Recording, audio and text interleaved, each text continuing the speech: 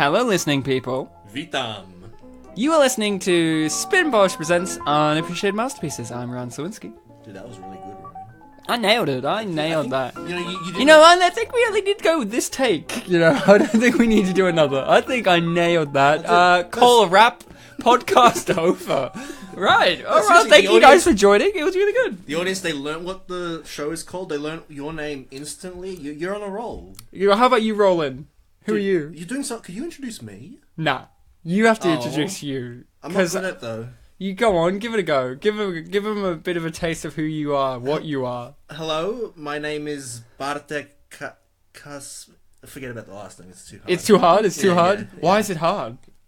Because it has too much blood in its system. Oh, yum. Like a human body. Exactly. And we are Spin Polish, and we're presenting unappreciated masterpieces. Why are we Spin Polish? Great question. Here's the answer. It's because we are both always spitting, and we are both Polish. Isn't that not right, Bartek? We are both Polish, yeah. Did you ask, isn't that not right? Isn't that not right, Bartek? Answer. No. You nailed it. Yeah. You see who's on the roll now. Me, See, I that was guess. a trick question. I knew that you would find the trick, Yeah. point it out and ask, is that a trick? And then answer the question. I'm good with tricks. You're a tricky man. You know, cheap trick Bartek. That's what we call him on this show. Dude, when I play Spyro 3, I can do all the skateboard tricks. All of them. You know, he doesn't play the Tony Hawk's games because they're too easy. When he wants a skateboard trick game, he goes Spyro 3, certain levels. Yeah, So, like 3 or 4. Bartek, Yes. on Unappreciated Masterpieces, is it not true that we do feature-length commentaries for films? It is true. Is it not true? Did you say not or not? You can choose. If you said not, yes. If you just said not, no. There you go, you nailed it. Whatever I've said not like the word, like K-N-O-T. Where does the not figure into the head? Untie it. Then you would be using that word as an adjective, and I'd have to look up what the adjective term of not means. There you go, you got it. Bartek, you're on a roll, and we are on a roll, because what we do, guys, for those who are not in the role, is we do those commentaries for films. But why films? What films? Why films? Because films are great. What films? Unappreciated masterpieces. What's an unappreciated masterpiece? Well, great question. Oh, it's the name of our show. Not only that, they're films that we think are unappreciated and are masterpieces. Wait, are they hold a on. masterpiece because they're unappreciated? Just that we think it? Well, that's the pitch, Bartek. And then they realise that we know it. Oh. You know, and the question I've often asked myself late at night, even me, a creator of the show, is a film a masterpiece because it's unappreciated, or is it an unappreciated film because it's a masterpiece? These are the questions that we may delve into in this episode, you know, because usually I give a long spiel about, you know, movies, they're art forms, they've got a director, someone came up with an idea, but I don't think we even need to say that, because what I just stated, those two questions, that's the show. Like, that's the show. Just work. That's it. Work for almost 2 hours to answer those questions. Yeah, almost, maybe. You know, we're able to peg ourselves down. Ryan, real talk, what were the questions again? Is a film, that's it. I'm not going to repeat it, you know, they remembered. They remembered, they can skip back. Bartek, what's the unappreciated masterpiece we'll be delving into in this edition of the show? For those who can't read the title. Yep. The illiterate. And don't worry, everyone, I've remembered the title. It's, Unforgettable. Oh my god, hold on a second there. Are you speaking Polish right now? Oh my god, did I slip into the other language I speak? Because that's really awkward, because I don't speak Polish, and that's real orcs. I actually remember... Orc sad face. I actually remembered that this time, Ryan, but I just slipped. Could you say it again? Maybe I'll get it this time. Unforgettable? Okay. So That's thinking what it of the said Polish. on filmweb.pl. Hold on. Thinking of the Polish language, it's complex. There's lots of letters in there that don't belong there. So it sounds like you said unforgettable and whatever. So in our language, you would remove the U and the N and the F and O and R and G, and the Q. And it's just and apply a Q in there and a few Z's. And is it Independence Day 2 Resurgence?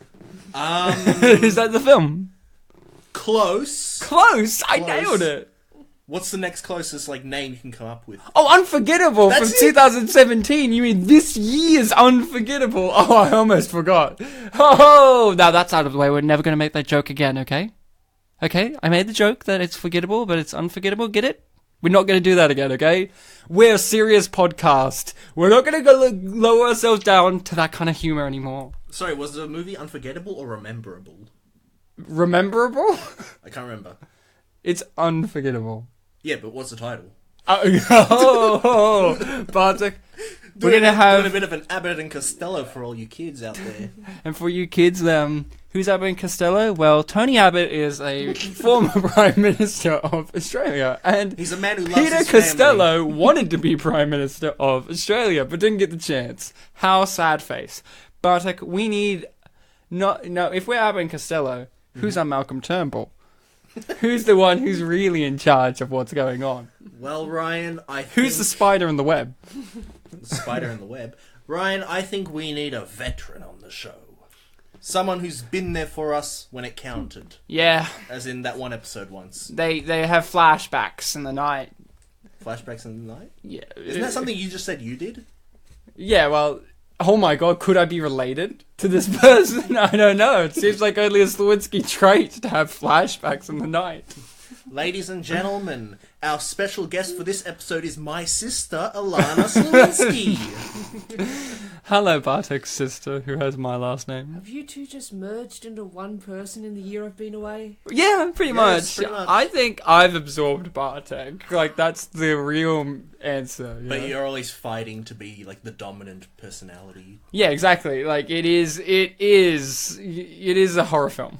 Sometimes you're like, time to eat. And I go, no, time to scratch nose. And I just foreshadowed horror film. Get it? Because October, we're doing all the horror films. Or films that are psychologically disturbing or dark. And what are the million names we keep calling this month? Spooky month, horror month? I'm going to call it Spooey Month. So we're doing the Spooey film Unforgettable from 2017 with Rosario Dawson and Katherine Heigl. David. And David. Don't forget David. We all know David. But... you guys at home, you're going to get your copy of Unforgettable, because I imagine you all have a copy. I mean, it literally just came out on DVD. What's your excuse? Get it together, people. Get your copy. Put it in your DVD player. That's what or VHS player. I don't know if you have a VHS copy of this. I would be surprised. So, like Ryan said, it literally came out this year. Put it together. Put the DVD inside the DVD player. You put it No. No. Even better. You kids out there who are working in the slave manufacturer places making this DVD, put it together for us privileged people to watch it on, the benefit. Stop watching your Abbott and Costello and, work for us. Exactly. So, we're going to start this. I'm going to do a countdown, and when I say play, you're going to press play. I'm going to count off some numbers. I choose what numbers. So, we're going to do it in a 3, a 4, and a 1. Play. See, Bartek, I went different this time. I added a play. Yeah, thanks for picking 4. It's my favourite digit. Your favourite digit? Yeah. My favourite digit is 13. That's not a digit. Oh, I'm sorry. If we take the digital route, 1 plus 3 is 4. Oh, okay. Can I take that? Eddie Maguire, can I take that? Well, seeing as we're the same person and we clearly have the same opinion here, I think it's a moot point. It is a moot. Hey, look, DC. Oh, no, it's Rat Pack. Sorry. Oh my god, did Frank Sinatra make this? Him and his crew? Oh no, it's the Warner Bros. I love those guys. The Warner Bros, they're my favourite bros. Mr. War and Mr. No? Yeah. Well, one's into war and one's just nah about it. So, this is a 2017 film, so that means our history with the film isn't very long. Yep. If anything, it has to be only, a few months? Yeah, start of the year. So, Bartek, tell us your history with Unforgettable. It's about a week old rather than a few months. I mean, I only really heard of it when you told me, let's do this for Spooey Month. You totally came up with the name Spooey Month before this recording, so, I can confirm that. I did. Yes.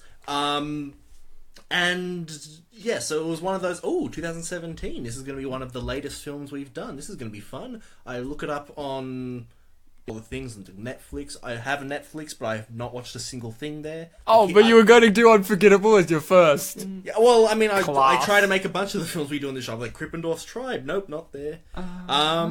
Tragedy.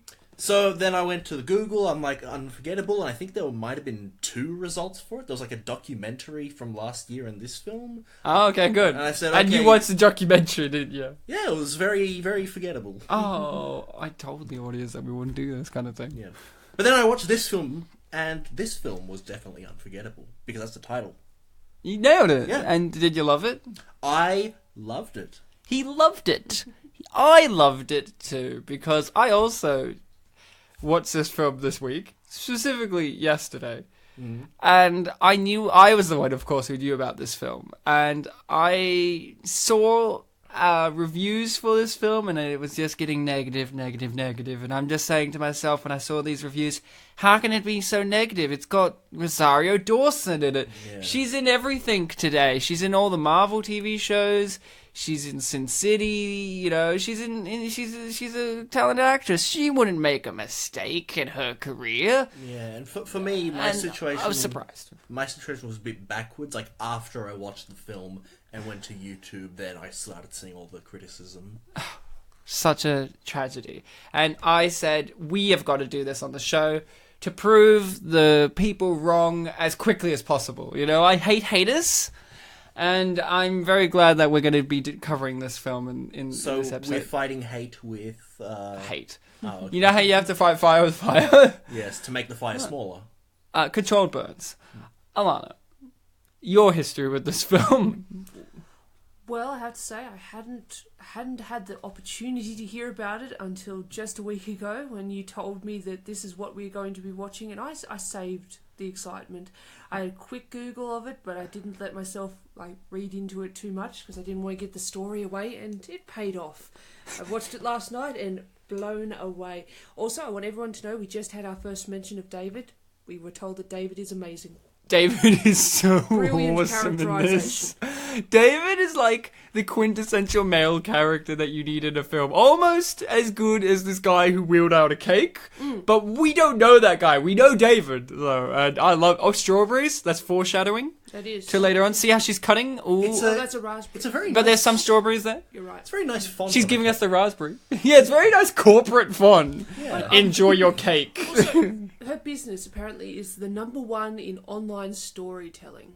Yeah. Yeah, it said that behind the speaker lady. Yeah, it's really good. Do you see the emoji used on that? Well, that was foreshadowing to the Emoji Movie coming out later this year. How good. Did you notice that one of the main emoji on her poster was the one giving her the finger?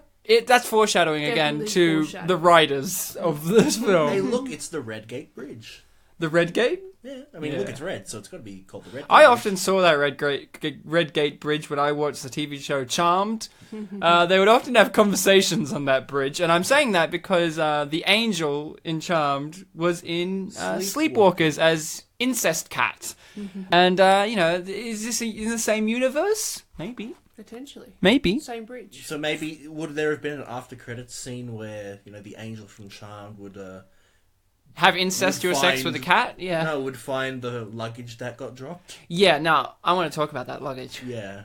Well, Allana and I watched this together, and I was like, oh my god, that luggage just dropped. She didn't even turn around and get it. Yeah. She never got that luggage back, and at no point did she ever go, oh, where's my luggage? Yeah. But it's because symbolism, you see. She got given this hat from her friend.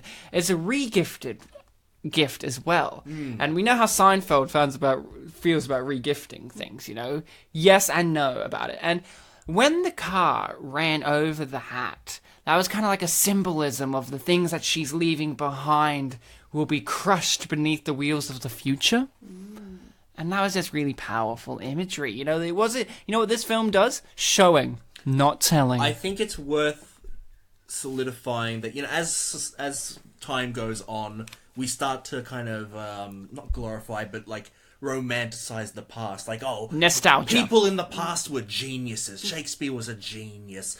Genius things were only made in the past. Yeah. This was in cinemas only a couple of months ago, probably filmed last year, and it is genius. Yeah. I mean, if only we could use if only we can beat that kind of logic by watching a film that is currently being made. And being like, this is genius, and then see you're in the present. Yeah. But that's the thing about things from the past. You're in the present with them as they happen as well. That's the beauty of film. Yeah, and usually you're engrossed in the world. And usually, we're delivered finished product. So this is the most modern we can get is like as soon as the film is available. I guess plays. Plays? Oh, I'm really jealous of the people who got to see this in the cinema, who obviously would have went back again and again. They on IMDb, they did say they went again and again. Many people loved this film, but why? Do you think it was released in 3D anywhere? I would hope so. Only if I could see David in 3 dimensions. Here she is. Here she is. The little girl. I'm so happy that she's finally in the movie. Lily? M gasps. Sorry, I read the subtitles. Lily, hold on to Lily. She's gonna be very essential to the narrative. She's a core character, of the plot and the character, she's sniffing. Good job. Just like Mummy, she sniffs. We all sniff. That should be a book. Well, Ryan, it's one of the 5 senses. Is it? Yeah. Which one? The smell sense. Is it number 1? Could be. This is a commentary on top 5 senses. Which sense is it that you can make up for? It's either smell or taste. You can get rid of one, but then the other will kind of make up for it. It's I think if you get rid of smell, I think it might have been taste. Your smell will make up the taste for you. Oh, great! That makes sense. I don't have taste. It's one of the two. The other one will carry the other if it's lost. There's Katherine Heigl. She's very white in this film, which is a great contrast to the character of Rosario Dawson, who is obviously a person of color and also wears darker clothes. It's has dark hair, Bartek watched the film. There's a ton of symbolism in this. I mean, even if I didn't watch the film, she's right. No, you're blind. Oh, people don't know this, but Bartek. My sight sense. Sight number 2 is gone because sight number 2. Oh, right. Smells number 1. Yeah. I meant sense. Yeah, I said sight number 2. Sense number 2 is gone. Sense number 1 is touch. Yeah. So there's touch. Because this film's touching smell. It's touching us all, Allana, in the heart. Hearing. Now, you two, it sounds like you two went pretty blind into this movie. Yeah, we didn't use that one sense to prepare. What, knowledge? Knowledge sense isn't one of the 5 senses. Maybe we don't know that. There's common, the 6th Ranger. It's sometimes he hangs out as the common sense. But... No, the 6th sense is being able to see dead people. They are everywhere. Well, I can see you, Ryan. I am dead on the inside. Aww. Oh, the audience is like, oh my god, Bartek actually cares. Oh, see that blanket? It does play into the plot later. Oh, yeah. It plays so hard. Now, you guys went blind. Bartek, I want to hear from you. What were you kind of expecting from it? So, I pretty much walked in only really knowing that it's going to be about, an ex-spouse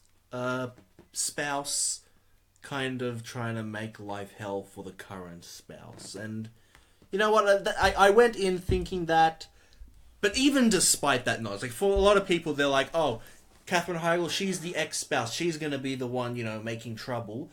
I felt that she was playing it so well that maybe they were going to, completely blow me away. Completely make a twist out of it. I snapped. Completely make a twist out of it. And surprise me. And you know what? They didn't. But they got me to believe it. They got Katherine Heigl to play a character that seems so on the level that the audience can actually think, oh, maybe this will turn out okay. Yeah. Allana, you went in blind. Yep. What were you kind of expecting, especially from a title like Unforgettable? I really was waiting to find out what was unforgettable, and so I thought perhaps it's something we'll find out more about her past relationship, because it's in the past. It's something that's haunting her. She can't forget it. She can't forget it. Maybe that's why it's called Unforgettable. Actually, it does seem to be haunting her at every turn. She can't forget it. She can't move past. But then at the end of the film, She forgets everything. She does forget everything. Well, maybe another title for the movie could have been Unletgoable. But they chose Unforgettable for a reason. I think that's something we should try to We can't dissect. speculate on what the other title of the film could have been. It could have been anything. It could have been Psycho Barbie, you know, which would have been a great name. I would have loved to watch Psycho Barbie. And it's just a remake of Psycho, but with a little girl playing with Barbies? No, it's just the remake of Psycho, but everyone's played by Katherine Heigl. I'd watch that. A one-woman show of hugging. Psycho. She's hugging daughter, showing love. Don't you love love? I love Are you against love, Bartek? Because this I love movie's you, really that's what she said. pro-love. And I'm pro-love. I'm anti-love. That's my least So favorite. you're pro at promoting love, not necessarily that you are pro at love. Yeah, that's it. Right. Nailed it. And you're anti people who are wait, that's a double negative, Ryan. Whoa. Do you want to like amend like anti? No, I'm on a roll. It's Oh, I probably see. on purpose. You know, it's a domino effect of life, where this is going to hit some kind of domino that's going to prove that I'm right. Domino's Pizza. My favorite kind of domino. Everyone buy a Domino's Pizza. They sponsor the show. They do not sponsor After us. the episode's over, we have to get a sponsorship. Before If we were a real right. podcast, we'd be sponsored by Blue Apron. They always sponsor podcasts. It's always like, and our sponsor today is Blue Apron. Do you like food? Try them. But we're not, unfortunately, because we're too above that. We're an artistic podcast talking about art. And here's the art of this scene here. Is the food actually too spicy? And the answer's no, because the dad eats it later, and he's like, yummy. And we all know David. He loves food. He's an honest guy. Honest old David. So, is this film trying to make a message that spicy is not yum? No, I think it's making the film that, the film is trying to make the statement that Katherine Heigl in this scene already is a Anti-spice. Anti-spice. She doesn't like Old Spice. No, I thought she's... you were going to make a joke she's- like she doesn't like Spice Girls. How can anyone not? Did you not hear what they want? They really want to tell you. They really do. Tell you what they want, yeah. A lot of times. And you know what? They keep stuttering too. They wanna And tell they you have that much. friends. They're like, I want. Well, that's unfair, you know. They're so excited to tell you that, you know. This they're is so- your Bartek, you're like this. Allana, I don't know if you remember this story, but our grandmother, apparently, your babcha. yeah, sure, didn't mind the Who, the band The Who, because the song talking about your generation. She's like, oh, it's really nice that in our society we can allow someone with a massive speech impediment to be on the charts. Isn't that great? Talking about, I love that. That's so sweet. And this movie, if you had to sum it up in one word, what would it be? I mean, I was going to say unforgettable. That'd be a bit You can't cheesy. use the title. Yeah, I stopped myself. Can we use synonyms for the title? Yeah, sure. I'll allow Rememberable. synonyms. Memorable. Memorable. Bartek? If we had to sum up this movie in one word, I think gripping. Okay. Gripping's a good word to give to a thriller. Grippage. And Grippage. I would say my choice of word would be delectable. That's yummy, but for smart people. Yeah, and this is for smart individuals. This is a great scene here in which she's holding a glass bottle. This was almost my favorite character for a very long time in the movie, the glass bottle. Okay. Alana and I watched this and we were rooting for that glass bottle to be broken. And when I say we, I mean Alana and my girlfriend Rachel. Well, I was saying, nah, they're not going to break that bottle. Because this film goes against It expectations. seemed inevitable. It The glass sets up- bottle is there. It's glass bottle, being you think she's held. going to drop it? It's She's a holding tense it. Scene. She's nervous. And this film also sets up Oreo, the hamster or rat or whatever. I think it's a hamster. Yeah, it doesn't Let's look like a rat. let's agree that it's a ferret. And you know, Let's agree that it's a G-force. let's agree that it's from the film G-Force. So Nicolas Cage's character, who's a mole in that, actually. Yeah. Let's agree it's a mole. Let's go with... They set up that, and you're thinking, oh, that's going to get killed. But it never does. There's a scene later in which Katherine Heigl's taking photos of her.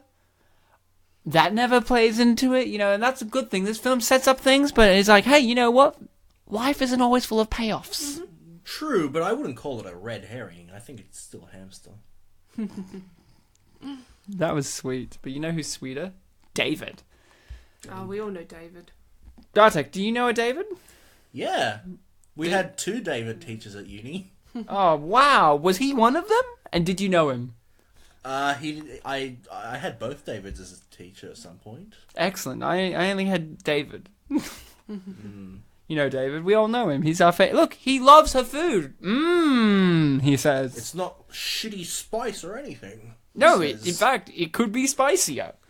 You know, that's exactly what he wants. And, you know, she's going through an emotional time. She's thinking, oh, I'm getting stalked. She doesn't tell him, and he doesn't tell her stuff, you know. Now, Bartek, Allana, and myself, have we been... This is an obvious question, but have we been in relationships before? I have. I'm in one now. Yeah, I've been in relationships that didn't quite get to official boyfriend-girlfriend. Okay. But I have been in relationships Allana? in a way, yeah. I've been known to be in relationships. Some say she's married, you know, maybe. I don't know. I don't want to confirm that. There's rumours on the street. You should BuzzFeed, you know the articles, show right? the ring to the microphone for everyone. What I ask this is, in any form of relationship, is it good to have a foundation of secrets and or lies? It's the only thing that holds a relationship together, Ryan. Well, that answers your question. That answers your marriage and why I'll be attending the divorce party in a few years. Bartek? So secrets good to have? Secrets and or lies? Well, with what little experience I have had, truth has tended to be a decent thing. Did your experiences end to no relationship because of lies? No, but as the second one, I've only really had 2. Or secrets? I'm secretly lying. There was a thing of, like, before we'd started, like, kind of seeing each other, there was a thing of, I keep saying this is a thing. I love that film. She and some of her friends, they had a bit of a tiff in that they told a lie that one of them was pregnant as some kind of, like, joke or experiment or something, and she was the only one that they didn't tell, like, it was a joke. And that's lovely. yeah, and I happened to know that, but you didn't tell. I didn't tell her. I didn't realize that she didn't know. And that's why you're not married today, you know. And I, you know, obviously I'm not like Allana. I don't think we build our relationships on lies and deceit. I think we build them on blood and murder. That's fair. And if you're going to be a murderer or murderess, you got to work with your partner, because if you don't, you're going to get caught by the cops real quick. Maybe Ryan, just make the statement not murdering your partner, but like working with them. Well, you don't know. Sometimes relationships don't always end very well. So you mean like the ones where like, oh, she's dead, but I carry around her head or something? No. Is that right? No, I eat her. Yeah, obviously. Oh, so you carry her essence in you until you poo-poo. Until the poo-poo happens, yeah. Oh, no, sorry, souls don't become poo-poo, so it stays in you. I never noticed this the first time around, the little The scar there. It's like, from her abusive relationship. This film really is a film that's like, hey, that's not victim shame. To be completely honest, Ryan... You can. I watched the film, I loved it, and I noticed everything we were talking about. But as the film went on, and, you know, I won't use red herrings, but some of the things that didn't come back were like, you know, the luggage, the scar on her back. You know, there were things I noticed, but as I was watching the film, I kind of forgot about, and watching the film again right now, I'm remembering them. Yeah, because it's really nice world building that, like, you know, even if you didn't notice them, you only miss out on, like, you know, the spice, the flavouring on top. Well, and we know Katherine Heigl doesn't like spice. Yeah. It's already been established. You're only missing out on some decent yumminess or delectables. You're not necessarily missing out on the main course itself. Oh, yeah. Yeah. Yeah. This film is like a cake. You have to put the right ingredients in at the right time. You know, you have to put the sugar, you know, flour, you know, the brown. If you want, colours are ingredients, right? If you want brown cake, yeah. But this is clearly a white cake for your wedding. Allana's wedding, to be precise. This is my wedding gift to Allana. It's a bit late, but here it is. Neither of my cakes were white, Ryan. This one is. Neither of them because you're lame. Lame. Also, you know, with Allana's wedding, there wasn't enough murder in it. There wasn't. You know, I saw the wedding photos and there was no murder. oh, you don't take pictures of the murder because that incriminates. Look at the photos on my car. I wasn't invited. But, you know, Oh, it's okay, Bartek. You've only been on the podcast with her once. If you were on it like twice, she would have invited you to the wedding. That's isn't it? true. That's where my line is. That's the line. You know, and you let her down. Yeah. Plus, who wants to go to New South Wales, right? Nah, no one wants to go to another state. No one wants to even get out of their house. They think that's so good. They call it New South Wales, but it's north of where I am. Now, this is a very important scene. Allana, do you like beer? Not a giant fan. Oh, I'm going to change my question. Do you like David's beer? David's beer is a whole other matter. It's the best beer in the world. Did you know David? Everyone knows David. Did you Great know? guy. It's amazing. Did you know David brews beer? Now, the thing about David's beer is it's good, yeah? Yeah, it's great. Did you not hear about this? Everyone's heard about David's beer. You know, Cooper Mountain Brewery, CMB. You know, and the thing about beer is, I don't drink it, but I hear David's beer is really nice, and you know what? I'm going to drink it. I'm going to get full on into David's beer. David's beer is as good as other beers, but it's made by David, and that makes it a different kettle of fish. You know, Allana, could you explain, because Bartek's looking a bit perplexed. Yeah, What how is do you it? Why do you put fish in a kettle? Yeah, well, it's because I like my tea. I like Tastes my like tea salmon. with that extra omega-3. Now, Allana, could you explain to Bartek what it is about David that gets you so happy? Well, by all accounts, he is amazing. And that's how we were introduced to David, and that's just all through the movie. He continues to be amazing at every turn. So this is the question. You guys clearly know the answer, but you're acting like you don't. Why the film is called Unforgettable?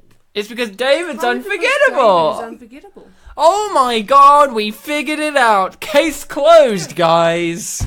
Woo! And that's the episode. That's the episode. That's a wrap on this one. We could cover the slow mental deterioration of both female characters in the film and what does that reflect in terms of the Hollywood zeitgeist that women, that bitches be crazy. But this film's really about David. You think that this film's about Julia, the former victim of abuse, but it's really about David, the future victim of abuse. Who's going to abuse him? He gets hit later. He does get Oh hit. no, he does get hit later. And also, he's great. You know, I just want to point that out. You know, like I just was really. People will get jealous of him. Oh look, they set this guy up. Hey, look, it's Oh yeah, this guy seemed like he could be a thing. bartender Tony Stark. Yeah. Ryan, don't emphasize the word bar in bartender. You make me think we're going to be talking about me. Okay. In fact, I'm never going to reference anything about bars or tenders or you again. So Allana, this is our podcast now. It's just the. It's just us now. It's just the Sliwinski podcast, the Dirty Slee podcast. Hello, I'm Bartek Sliwinski. You know what part it is. Get back. Get away. Go back to the mines. Go. I've never been to mines. Have you ever read someone's private information, like texts, emails, letters? Have you ever been someone who's perpetrated that or been tempted to? Tempted to, perhaps, but I'm far too lazy. Lazy Allana. Yeah. Bartek, what about you? Have you done anything like that? Well, curiosity's always been a thing, but I killed the cat. I mean, it's not necessarily that I try to, but sometimes, you know, like, for example, I might be chatting to you after an episode and you have Facebook open and I see a private message. I'm like, oh, look, that person said this. How fucking dare you look at my messages, Bartek? I'm so upset right now. Yeah. And I remember, because in Australia right now, we're going through something called a plebiscite, or a plebiscite, depending on how you want to say it. I want to call it the plebs. The plebeian site. And I remember just before I signed my one, I read an article on the internet, the World Wide Web, www. Dot. That was, you know, there were many criticisms of it, and one of them was that the possibility that people will hold up your letters to the light and like see what you ticked and then decide to throw it away. Oh my and God. I was curious, and in the kitchen, my mum's one was there, and I was like, is this actually accurate? a thing? And I tried, and I'm like, oh my God, it is a thing. So through that sort of, I wasn't necessarily curious about what she wrote or like ticked, but I wanted to test it out. So I guess, you know, Fair enough. and then I tried folding mine a different way and trying to send it that way, but it still showed up no matter how I folded. Oh, I have no moral values when it comes to this. Yeah, I read shit. Yeah. I get like letters from Allana, former housemates. So or, Allana like, is no too lazy. Me as a side product of me doing things, and you is like, yeah. Just We are the that. encapsulation of it all. Allana's too lazy. the You do it. Sliwinskis are the extremes. You do it if the possibility is there, and I do it no matter what. For me, it's more like it just happens when I. Yeah. do You things. you fell over, and you're like, oh no, secret information. Let's hang out with Ryan. Oh no, Ryan, your private conversations are in front of me. Yeah, I look at stuff. Yeah, all the time, because I love it. Love it. So I understand Katherine Heigl throughout this whole entire movie. You know, what is it about knowing this kind of information? What is it that is so attractive? Well, Ryan, about I can go up to you and say, "Hey, give me information," and you can just say whatever. Like you could lie, you could tell the truth. But if Julian Assange. But if I go to this stuff where you're not keeping up the pretense, for me, it's the persona that you're showing to someone else, and the information that you are comfortable disclosing to them. Like, ooh. It might not even have to be something like, oh, what's he saying about me to this person? It could just be like, what kind of things does he say to other people? What kind of masks, personas, that's the Latin word for mask, does he have on when he's talking to this person? Yeah. And it's just going to be things like, you want to come on the podcast? And I was like, oh, okay, fair enough. He never asked me that because I'm the co-host, but, you know, I guess you would. You're forced to come onto the podcast. You don't get a choice. Yeah. Oh my God, she's wearing green. That means she's envious. That's what green means. That's a green colour. I never know what the name of that green, this shade of green it's is. called Teal. Teal, that's it. Yeah, it is Of course teal. you know. Allana never wears colours, so it's always very curious when she knows what they are. I always think of teal as being a bit lighter than that, but... You know what? I'm going to say it's a seafoam green. I can get behind that, actually. I'm 100% nailing this. I'm on a roll today. It's in the ballpark. About turquoise? A turquoise? It you know what I love? He has a jar. You know classic David, in his office of beer making, he has a jar that he's leaning on that's full of nothing but like cue balls and pool balls. Like, maybe he classic David. You know him. He loves pool. Maybe he started off having like a swear jar, but he never swears. So he just puts balls in there. Amazing. So he just fills it to, you know, have it do something, because he's not going to swear. Well, it's because when he was married to Katherine Heigl, he used to be a pool hole junkie, and then he's like, "Well, I'm now going to get married to Rosario Dawson. My pool hole days are over. Better put all the balls in this jar and look at it every day while I'm brewing beer in my office." So, Ryan and Allana, what are the top 5 things about David? Because you guys are really emphasizing your love for David. All right, Allana, let's hear your top 5 things about David. That is amazing. Well, honestly, I could just go on forever, but we all know how he's got an amazing beer company. Yeah, that's one. It's well known. He doesn't swear. 2. We Classic all know this David. about David. Look what kind of great kind of situation he has with his ex-wife. They're obviously still, you know, Friends. Yeah, Friends, they're they're working friends. together. BFFs. it's hard 3? to have that kind Working of together to situation. raise a daughter, too. 3. Wow, she's on 3 right now. Yeah, and well, honestly, his relationship with his daughter, Wow, he's a good dad. he's a great That's dad. 4. It's a great dad, and but by the same token, he's a brilliant businessman. Even when he has his daughter over, he doesn't. You know, he has to take time to go on his business trips. Yeah, almost that's- constantly. 5. Wow, that's 5. So here's my 5. And number 5. Are you just going to list the senses? And number 5. David has a sense of smell. That's pretty amazing. Number 2. He has taste. Ooh. Number 3. That one actually could just be He has sight. Number 4. He can touch things. And Yes, number that's a touch. 5. He hears you out. Yeah. Those are the 5 things about David that rocks my world. What about you, Bartek? I'm sure there are... You got to contribute to the David countdown. I was like, okay, sure, you know. Don't you love David? Didn't you hear he was great? I do love David. Oh, he's great, isn't he? Number 1, The D. I love the D. Number 2, the A. Oh my god. Dude. Number 3, and this one could be number 1 in some people's list, the V. Oh, far out, yeah. The D and the V go right next to each other. Number 4, the I.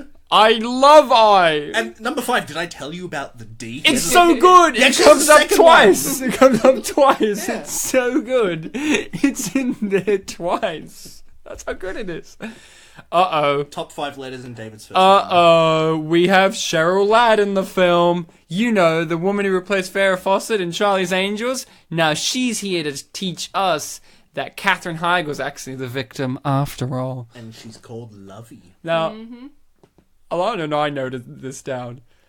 Later in a scene, she's cleaning the silverware because her mum says the silverware's a bit dirty.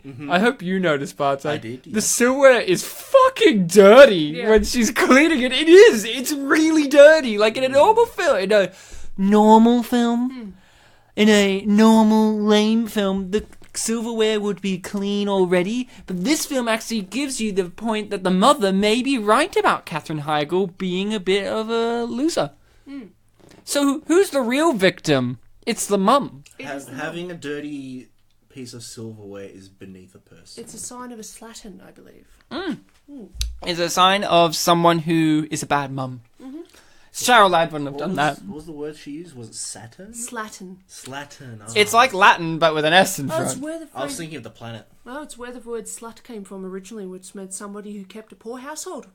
Ooh. Bartek, I know what I'm going to call you now. You haven't been inside my I'm going to house. call you a Latin, because Latin. you said Latin phrase earlier on. Ooh, I did. And it was persona. Was that it? Yeah. Oh my god, I thought it was when Nice. you said your name Bartek. I thought that was Latin. Wait, is it not Latin? No, it's Polish. Oh my god, I don't speak Polish! Oh no. Oh, far out. I thought it was Latin this whole I time. didn't say his name. I don't even know how to... I'm probably not even saying... Bartłomiej. I can't even say that. That has some letters in there that don't exist. Bartłomiej Piotr Kasprzyszak. Oh my god, I'm going to keep that recording and then put that as your intro for each time because you never say your name all the time. You're always just like, and it's me, Bartek. Hey, I asked if you wanted to say my name this episode. Oh my god. This is great storytelling here. The mum is laying down the cement, if you will, for foundation. About what went on before. It gives you this idea that Katherine Heigl screwed up in the relationship, but doesn't tell us exactly what happened there. We, as the audience, get told through visual storytelling and also dialogue, later on what happened there. Like, look at the scene, she's so happily married, and then, oh my god, the camera slowly pans. It's still panning. It's still panning. It's still panning, and still moving, and stopped, to show us her crying. And you know people only cry when they're sad or happy. Which one's she? Well, there's little Maybe giggles, sad. so- Said giggles, but that's from the daughter. So I guess the daughter's happy that her mum's sad. That's despicable. Now, Bartek, you come from your parents are separated. Yes, sir. Did your dad have to deal with your mum being the psycho ex-wife? No. You sure? Because maybe your stepmother stabbed your mum with made your mum stab herself on a knife, and your mum said, "Don't let Bartek remember me like this." So maybe you don't know. You know, I do have a stepmom, but from the information you presented, there wasn't an indication of a remarriage, Ryan. So maybe you gotta, set that up a bit first. Okay, I'll set it up again. Yeah. Doesn't this chick kind of look like a weird, version of Christian Wig? Yeah, I knew she she's looked like familiar. Ghost. It's not her. I know it's not her, but She looks like the Kristen Wiig from Ghostbusters. Everyone's favorite she also Ghostbusters. The one with Melissa McCarthy. My favorite Ghostbusters. She looks like Kristen Wiig from Despicable Me 2. Oh yeah, and Despicable Me 3. Don't forget the 3. Still need to see 3. Do you? Yeah. Do you really? Need. I said need. He's got a need for Gru and his brother Stu. Is that That's- actually his brother's name? Yeah, That's cool. of course it is. Did you not know it's written by the people who are from Illumination Studios? You know, they do such great works as Minions, Despicable Me, Secret Life of Pets. What was that double? Sing. What was a double feature that we saw on a poster like 2 years ago? It was Minions and To Kill a Mockingbird or something? Yeah. That was a double feature of Minions and To Kill a That's the Mockingbird. best double feature. Well, which one's better? I still have the poster for that at home, so I look at it sometimes like, Minions and To Kill a Mockingbird. Clearly, one's I better wanna than see the what other. the linking factor is in these two films. Well, Probably racism. Probably because, racism. Because when I know what it is. at the Oscars last year, when Oscars So Black was a thing, I remember Ali G came up on stage and he pointed out that it's kind of racist for Minions. Yeah, no. What it really is little do we know that everyone, because To Kill a Mockingbird's a black and white film, that everyone is actually yellow. Oh. You know, and Actually, all minions. they're all minions. You know, Gregory Peck, Minion, real life Minion. Yeah. You know, Atticus Finch, the best Minion lawyer there ever was. Also, better than humans, apparently. And now, do you guys ever Have a bath? well, not only have a bath, but wear chopsticks in your hair? Only when I'm going to have a bath. Only when you're having a bath? Mm. Oh, yeah, that's fair. Bartek, chopsticks, hair, combo, you love? You do it? You wear it all the time? I have a response, but it's going to make you mad. Go on. There was a character in Metal Gear Solid 2 who had I don't chopsticks in fucking it. want to hear about Metal Gear Solid 2. I knew that you said you were going to make me mad. I didn't know it was going to infuriate me to tears. What? I fucking hate Metal Gear Solid 2 outside of when you get to play as Solid Snake. There was a point earlier in this episode where I was saying something that really applied to that game as well, but I held back. You should hold back forever because you're wrong. That game sucks. The ultimate betrayal is, hey, you know, Solid Snake, you know, the greatest of them all, you know, great Kurt Russell-like character. Here, play as an anime fuckboy instead because fuck you, I hate you. Here, have a fucking cutscene that you can't skip because I hate you. We had a real moment of tension there with the hamster again. Oh my god. What are you talking about cutscene you can't? Is Oreo okay? Oreo is okay, but I didn't think he would be. There was a tracking shot, and then he hopped into his wheel and started running faster as though trying to escape from danger. Yeah. Isn't Metal Gear Solid 2 the one that has like the 45-minute cutscene? Yeah, but you can skip through all the segments. Oh, sorry, it takes 20 minutes to skip in Metal Well, Gear. with the codec conversations, you have to press triangle twice and watch it zoom past. Like, yeah, I didn't want to read it anyway, but I'll Now, wait for it to zoom who do you past. think's stealing her jewelry? Oh, this is the body double. Yeah, this is a body double. It's like one of the few trivia facts. That's not her bum. It's Body not. If you want to see Rosario Dawson naked, watch Trance by Danny Boyle. Yeah, that's not Rosario Dawson's side boob. Well, it did cut just then, Just so. then. It's not her though, dude. In Movie fact, magic, that's not though. her right now. This is a double. But The whole here's movie's but been here's a the body question. double. Here's the question. Obviously, we're smart and we Ooh. read. But did we know that was a body double before reading about that? Well, yeah, sure. Yeah, no, I didn't know. You got me. Yes. That's great film. Mm-hmm. Here's my question: who has windows above their bathtub? Like that, you know, people can see you get in and out of the bath. Yeah, that's a good question. That's an excellent Is it one of question. those like one-sided, like the other side? No, makes it you no, the hers wasn't. So no. blurry? Actually, I do have a friend who has full, like, top to bottom screen doors in their bathroom because they live out in the bush. Oh well, And they're it's just just inviting It's Mick directly Taylor in to front come of the- out. It's directly in front of the toilet, so you're just sitting on the toilet, and you're like, "There's a giant window in front of me." How do they poop at night? I don't know, but they've also got fake grass in the bathroom. I still think they like Fake grass? But, like, yeah. Are they okay? They literally live out of the bush. They could just remove the floors if they wanted to. No, it's just like full on. I think to answer your question right about how they poop at night, I think they just still sit down and Yeah. you know the Well, you're assuming that this person sits. They have fake grass Okay, in their squat, toilet. whatever. They could do anything. I don't They know. do Squatting's handstands. apparently better anyway. Handstands. Pro tip, everyone: if you sit on toilets, try to raise your knees as high as you can. Pro tip: actually, just put your feet on the bowl of the toilet and squat over it. No, there are all those signs on that's- public bathrooms saying not that's- to do that. But screw the establishment, Allana. Look, apples. Just clean That's a up after sign of yourself. temptation. Along with the cigarettes. Yeah, which she said, "Ooh, I quit." You know, the Yeah, Garden of Eden really needed a bowl of apples rather than a tree. Well, it also needed that Would it? statue in the background. really sullen looking. Maybe, but not now. No, I they're won't really actually take- doing. Fun fact: they're actually doing a poo. Oh, Here it is. See, silverware. look, it is dirty.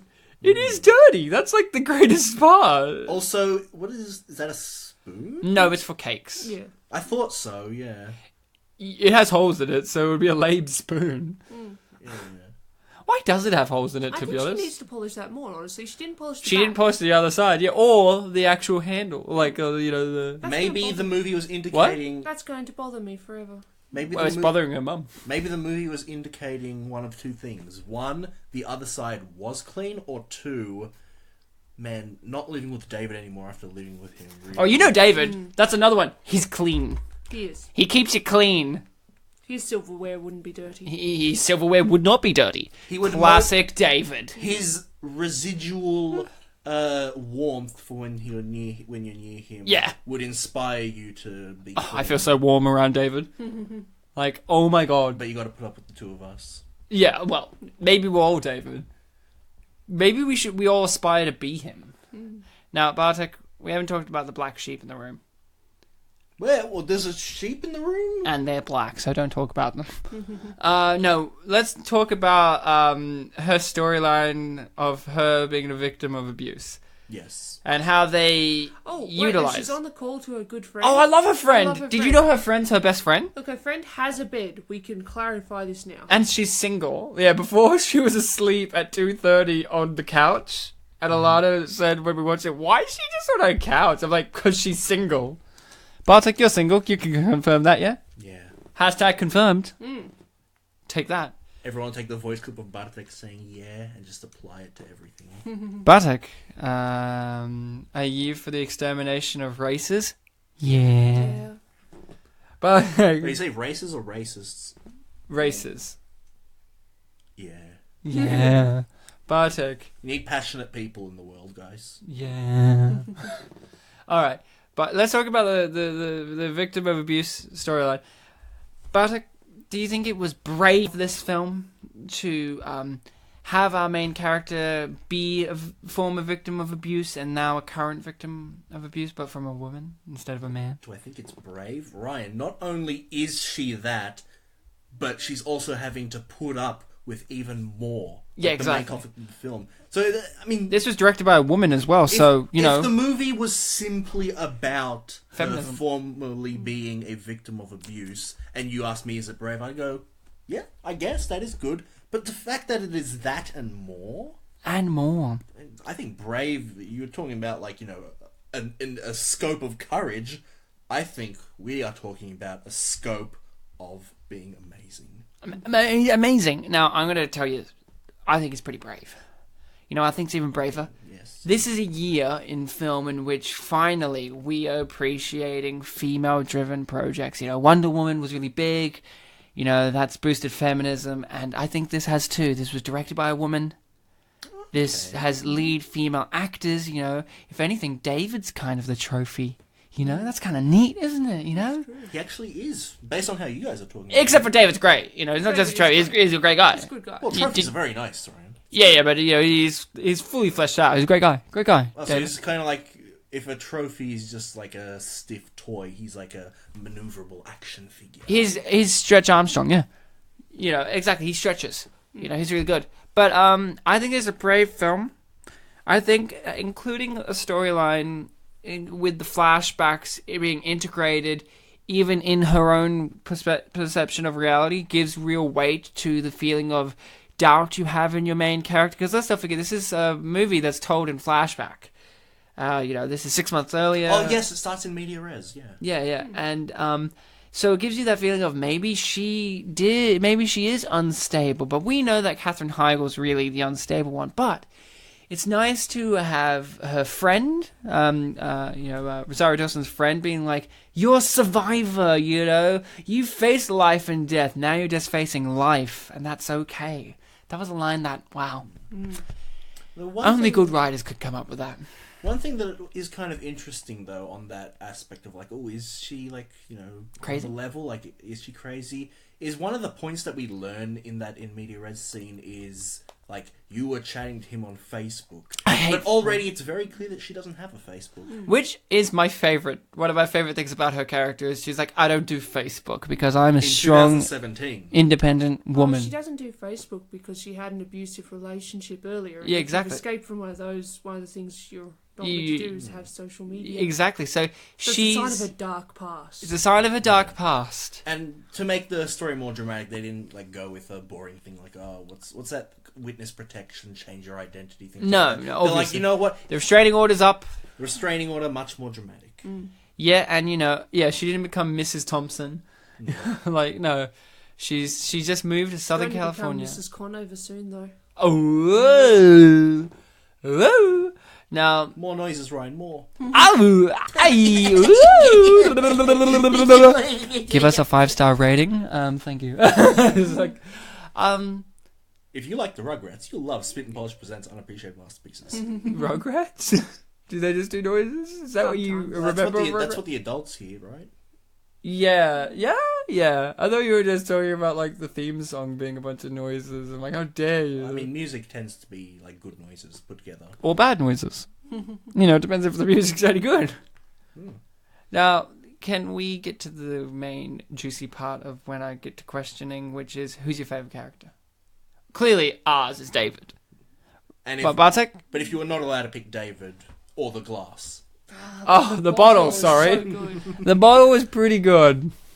If I had to pick another character, it would be the dog at the end. Oh, the dog at the end brings the whole film together. The big white dog?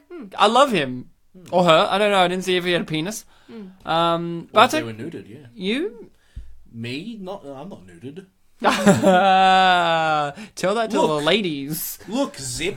I zipped my tracksuit pants that are green, and you see the pee-pee. You can't unzip tracksuit pants. But they're green, Ryan. That's a true fact, guys. If you put Bartek in a film editing program, you could edit out his pants and put anything Put there. a film on there. You could put his pants on his pants if you wanted to. They'll probably have like a funky effect when I'm like dancing or something. And they're like not moving. You could edit me to make me dance. We could do anything to you, buddy. Hey, but you have to wear green shoes.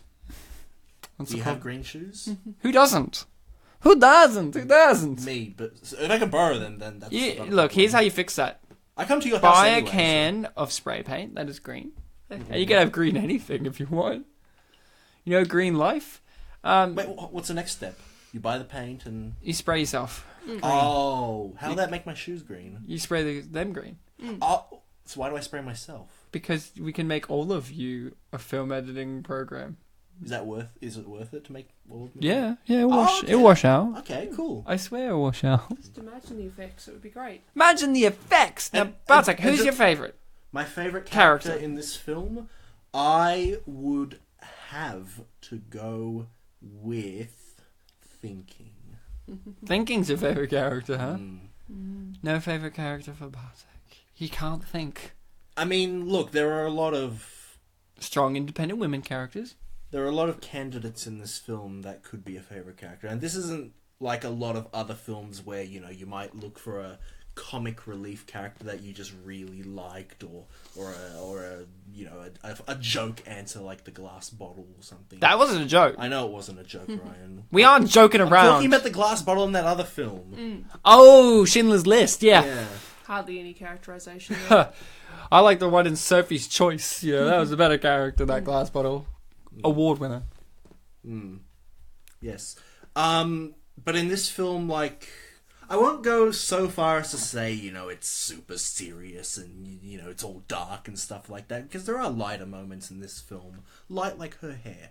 And I think... Rosario's hair's dark, actually. And it's worth acknowledging the fact that all of these characters they're deep, they're well written, and in a way they're lovable because they are so true to life. Especially David. And that is what makes it hard to pick a favourite character in this film. And I'm sure I'll have an answer for you eventually. Can I pick yours? Yeah, what? Can I pick your favourite character?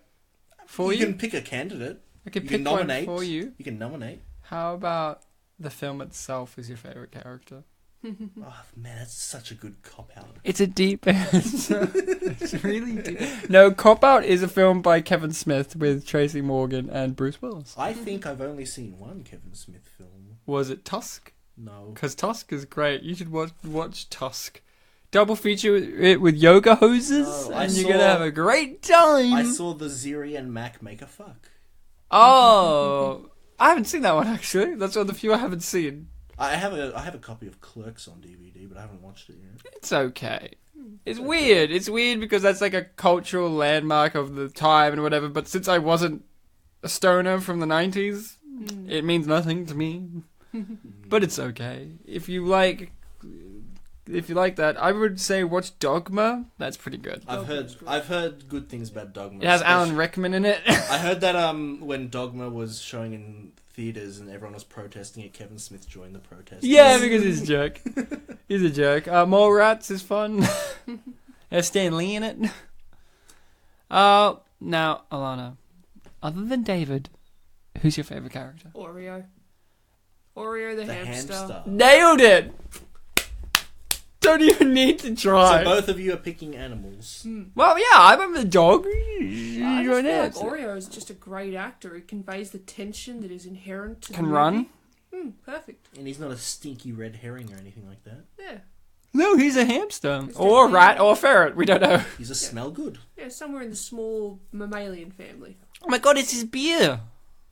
It's right in the markets. I'm glad that they're selling his beer. With the shirts. You want a shirt? Yeah. How good would it be, actually, Alana? Alana's birthday's coming up in a couple months. How good would it be if I actually got you a shirt of his beer? That would be pretty amazing, Ryan. How good would it be? I'd keep it forever. You Treasure would? it. You would love... she would love that. It'd Spoiler be a alert, that's what very- exactly I'm going to get. It'd kind of be a stealthy reference because the logo does look like a legitimate beer. Well, that's how... Yeah. I was saying this to Alana during the film. I think I know where you're going with this, maybe. No, you don't. No? I reckon one of the funnest jobs ever Yeah, this is where I would was be to make up fake brands and names of companies and objects in movies. You know what I mean by that? Yeah. Coming up with the logo for the fake brand in the movie. Yeah, being in charge of making things that look legitimate but are actually fictional products. Yeah, how good would that be? It would be fun. We were talking about that with the film Oh Brother We're Out Thou, where the names of the hair gel are Dapper Dan and Fop. And I'm like, those are great. You know exactly what kind of hair gels you're going to get with both of them. I would love that job, wouldn't you? That'd be great. And I think someone who ever came up with the fake t-shirt, like his t-shirt there, you know what? I know that the t-shirt market has crashed because it was so prevalent in 2014, but you know what? I think your work is making it come back. So just Ryan, let's give a little clap to the guys who designed the shirt there. Ryan, this is a Warner Brothers film, right? Warner Bros, yeah. Warner Bros. The thing about the Warner Bros is, apart from the fact that they're apparently Jewish Poles, just fun fact. Wow, Hitler didn't get him? No. You sure? Did you know that Warner Brothers, Or Bros? the Warns, do more than just one film? What, a year? They make other movies and products? You're joking. Have we ever covered other Warner Bros films? Maybe. We'll have to look into That doesn't sound real. I don't believe that. But But the I'm thing is- only for the facts. But look, Ryan, the fact is that they have Oh, you made said that. films in the past, and they're probably going to make films and TV, whatever. Are they other still products. around making films? Yeah. How old are they? I don't ask Bugs Bunny. He's been Hey, with them Bugs. for a long time. How old are... What's up, Jack? No, Daffy. I want to talk to Bugs. Whoa, I like you twizzling your mustache and your facial hair while you're doing it as well. Like, it's only for the visual. That's something I've been doing all episode. It wasn't for the... You did it specifically for your Daffy Bugs. So, I was thinking of the carrot, alright? I know you were. You have a real kind of phallic imagery going on today. So, what's up, Bugs? How old is Jack Warner? Yeah. What's up, Jack? That's all you got, yeah? you don't remember his other great quotes? Bugs, he has so many great quotes. Albuquerque. That's actually a legit one, yeah, you nailed that. Oh, it's actually a real obscure one, but good one. I loved Mine it. spelled backwards spells dumb. There you go, see? My favourite Looney Tune was Daffy Duck. I know. What about you, Bartek? I mentioned a couple of episodes ago that I was more of a Popeye guy. Popeye. Yeah. You know, Looney Tune, is he? No, I said because you were talking about like you liked Looney Tunes. I'm like, I've always preferred Popeye. But Well, if I had to pick a Looney Tune, you have to pick one. I think I always remember liking. This is typical Bartek. He liked the cat. Sylvester, yeah. Classic Bartek. Typical Bartek. What about you, Allana? I kind of liked the two dogs. Remember the giant dog and the little like chihuahua thing? Like the sheepdog? No. They oh no, this is gonna bother me. It was like a big bulldog. Yeah. Oh, it's like the one that Sylvester doesn't Yeah. like. Yeah. Sylvester, and he has like the little dog that he picks on. Yeah. I also like Foghorn Leghorn. Foghorn Leghorn. Definitely, as he grow up. What was the name of the hen that he was always hitting on? I can't remember. The one who like was a prude and couldn't give any eggs, so Yeah, that's why he would remember hit on her, huh? I remember that one. Yeah. Mum loved that chicken. I love that chicken, yeah. Or the one, or her nephew, the brainy chicken guy, the little brainy chicken that would I remember trap him. Foghorn Leghorn in death traps. Isn't he the one that never speaks? Yeah, Yeah. I think. Remember the chicken hawk? Yes.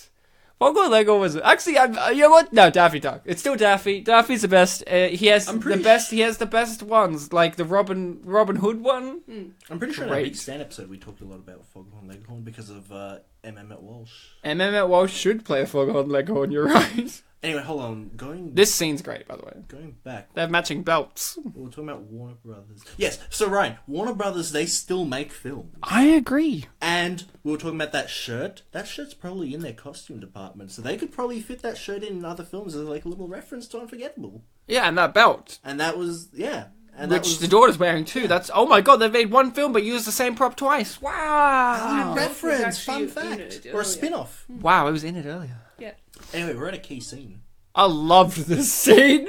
This is probably the quintessential scene in which she's just like, bitch, don't you get off that horse. To her daughter. Well, yeah, you know, she's not the most loving mum in the world. See, she loves too hard. That's the problem. Where Rosario Dawson loves too soft. Yeah, that's their problems. If only there was one individual who loved her normally. Oh, David! Oh, there you go! Which one's David? That was a joke. I know who David is. Everyone knows Dave. Would you come into my podcast? Your podcast? Yeah, because you're kicked out for not making that joke. Get the fuck out of here, Bartek. Look, I thought... This is a David podcast. It started out being a podcast about Unforgettable, and now it's David. I mean, look, earlier this year you were making jokes about my brother dying, so... You know, It's okay, because he is dead now, but David's still Aw. alive. David's a hero, alright? But you called my brother a cunt. He is. Aw. But you know who isn't? David. I love that guy. You know, he's fully fleshed out. He's three-dimensional. He's just handsome. That was beneath my you. brother's handsome as well. Poor cunt. Yeah. Aw. Oh, take that, Ryan, Bartek's brother, you don't Lartek. understand. Ryan, you're a little sibling. You don't understand the pain that older siblings feel. Yeah, Lana, tell me. You were a Come on constant- in, come you're on a in. Constant thorn in my side, Ryan. It's because Allana kept rolling on me. That's why. Rolling on you. Rolling on with the Fucking little siblings don't understand rolling. Shit. don't. I can't believe it. They don't understand nothing, and you big siblings don't understand nothing. All right. I'm the cool kid now. I use Bebo. You don't understand, man. What's your latest Bebo quiz? Who's the best Bebo account? The answer's me. Typical little sibling quiz. Do you remember the early days of the internet Of course. and what you did on there?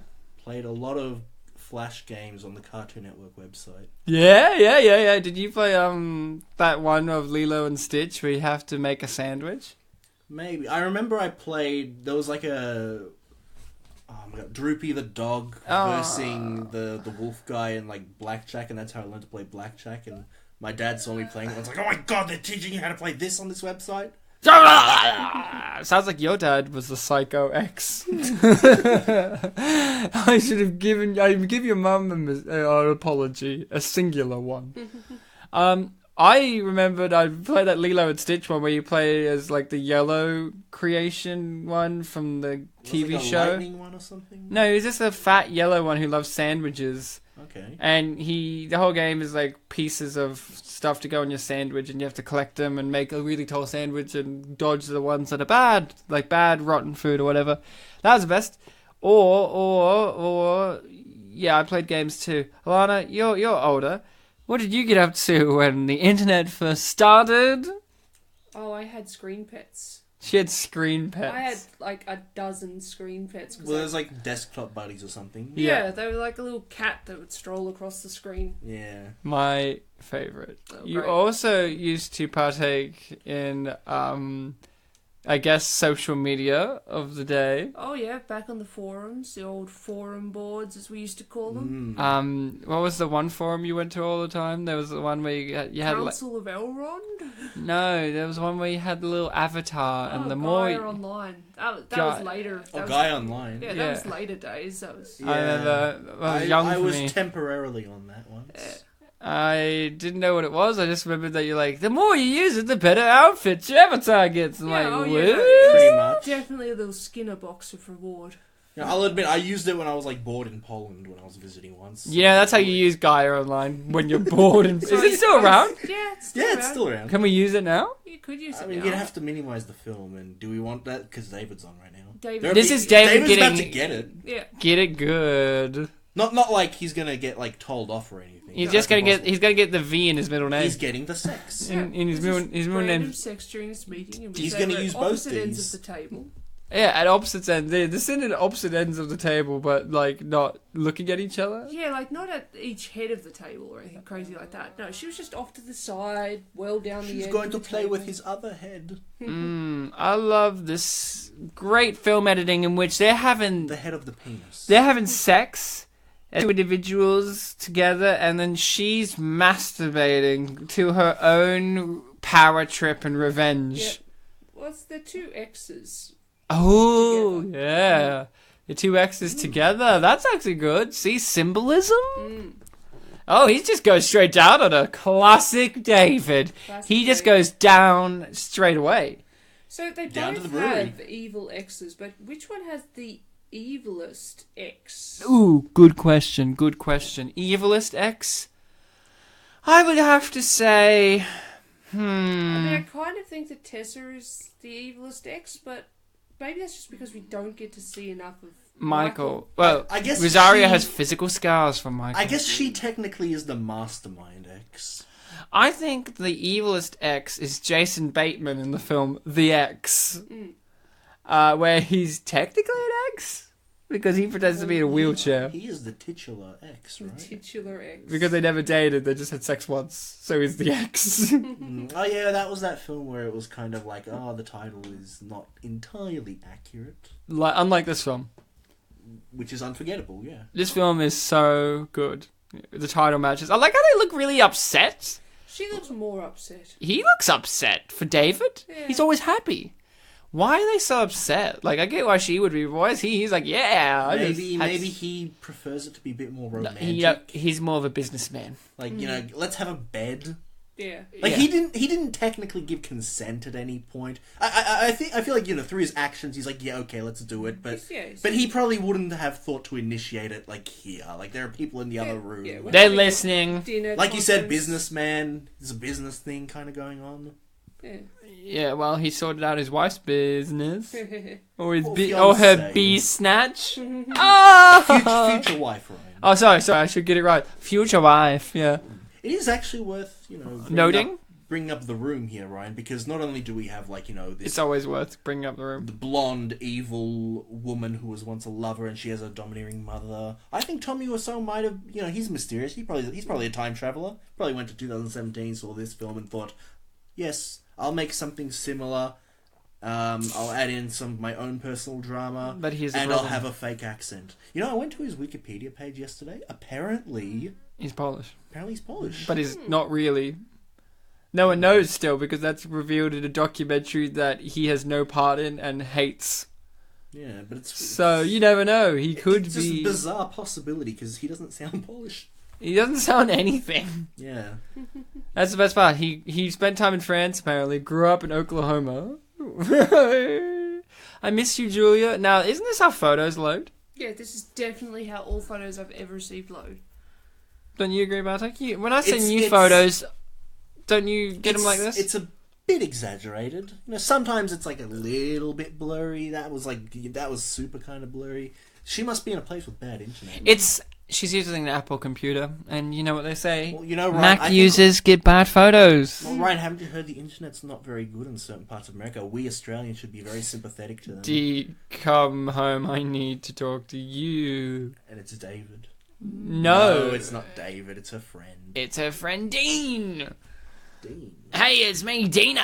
I'm in the building now, and I want to be your friend. And she's like, no, not Dean. I meant David. Uh-oh. She cut her daughter's hair. That's the punishment? I didn't know. Like, when I watched it in the trailer, I was like, what happened? Like, she cut her hair. And I'm like, Didn't you see the hair get cut? Yeah. Yeah, but, like, I didn't know that was the punishment. Oh, it totally is. It's...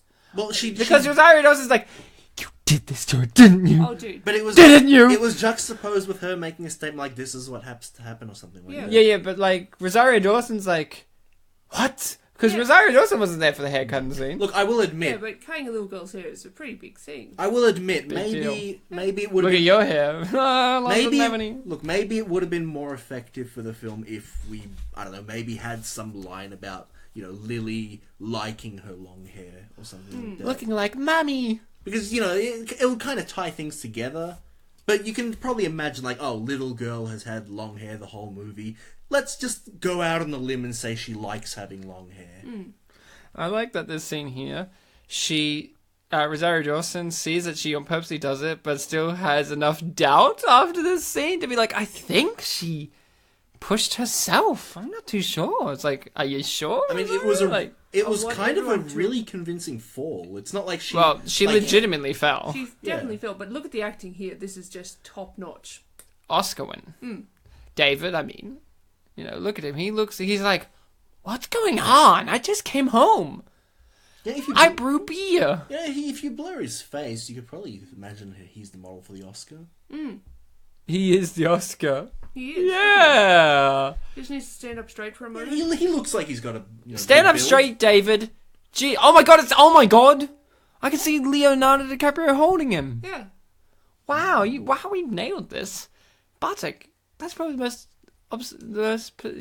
most spot on observation we have ever made, anyone has ever made in this podcast. And that's keeping in the fact that one of the first things I said in this episode was that Ryan made a really good introduction. And that's very perceptive of you. Or deceptive of you. You could be deceiving me. You could be setting me up for the Allman punchline at the end where you're like, you fucking sucked at that intro. True. At one point I pretended I was, you know, Daffy Bugs. At one point, he pretended that he didn't say that Daffy's his favourite. But he's not. You pretended that. I have it. He is your favourite. See, you're pretending now. See, great pretend. I have a Daffy toy at home in my room. Yeah, there you go. So he's your favourite. I just have to... He's covered in a lot of dust, though. He's the god of anger. I thought when this scene happened that she was going to apply more makeup to look like it was even more of a bruise, but then she's like, nah, I'm just perfect. She's pretty perfect. Allana, you're a woman, some could argue. A monster, most would agree. Most would agree. Should we have a debate? No, I don't need to. Fam knows. Yeah. You're a brother, you know, right? Mm-hmm. Do you wear makeup? Honestly, I have been known to wear makeup for costumes. For costumes? That counts. Well, could you say that Katherine Heigl's character is wearing a costume every day? Oh, every day. She is eternally in a mask or a persona. I was about to say it, but that's Latin. That's Slatin. Slatin. Yeah. Was that like Latin but with an extra S? Yeah. It is. Okay. Yeah, that's like slack Latin. That's exactly it.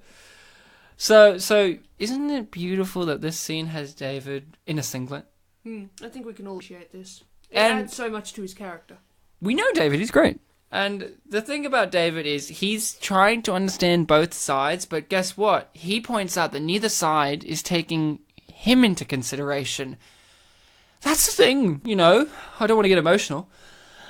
That's the thing, though, about being a man, is no one ever takes your side into consideration, you know? I think maybe, you know... Because bitches be crazy.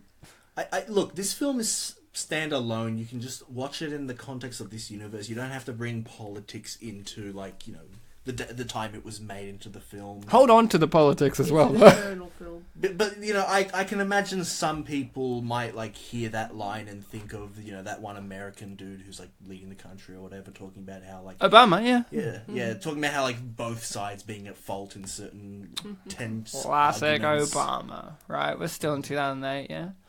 Yeah, this is a time travel piece. Yeah. Where's Hill in the happy days? 2008, Ryan. Those we're in year happy 9. days, we can... yes, we can! Yeah, so... Ryan and I are in year 9 in 2008, so, you know, We may be. I don't know. Well, I was in year 9 in 2008. Were you? I was. Were you? Yeah. Were you really? Yes. Sure. I'm pretty sure you would be too. Sure? I didn't know you then. You were probably just... 2008, you sure? Probably just some loser, but... You sure about 2008 being year You're a winner 9? now, though, Ryan. Year 9? 2008? Yeah. You sure? Mm-hmm. You want to make the maths clear on that one? Yeah.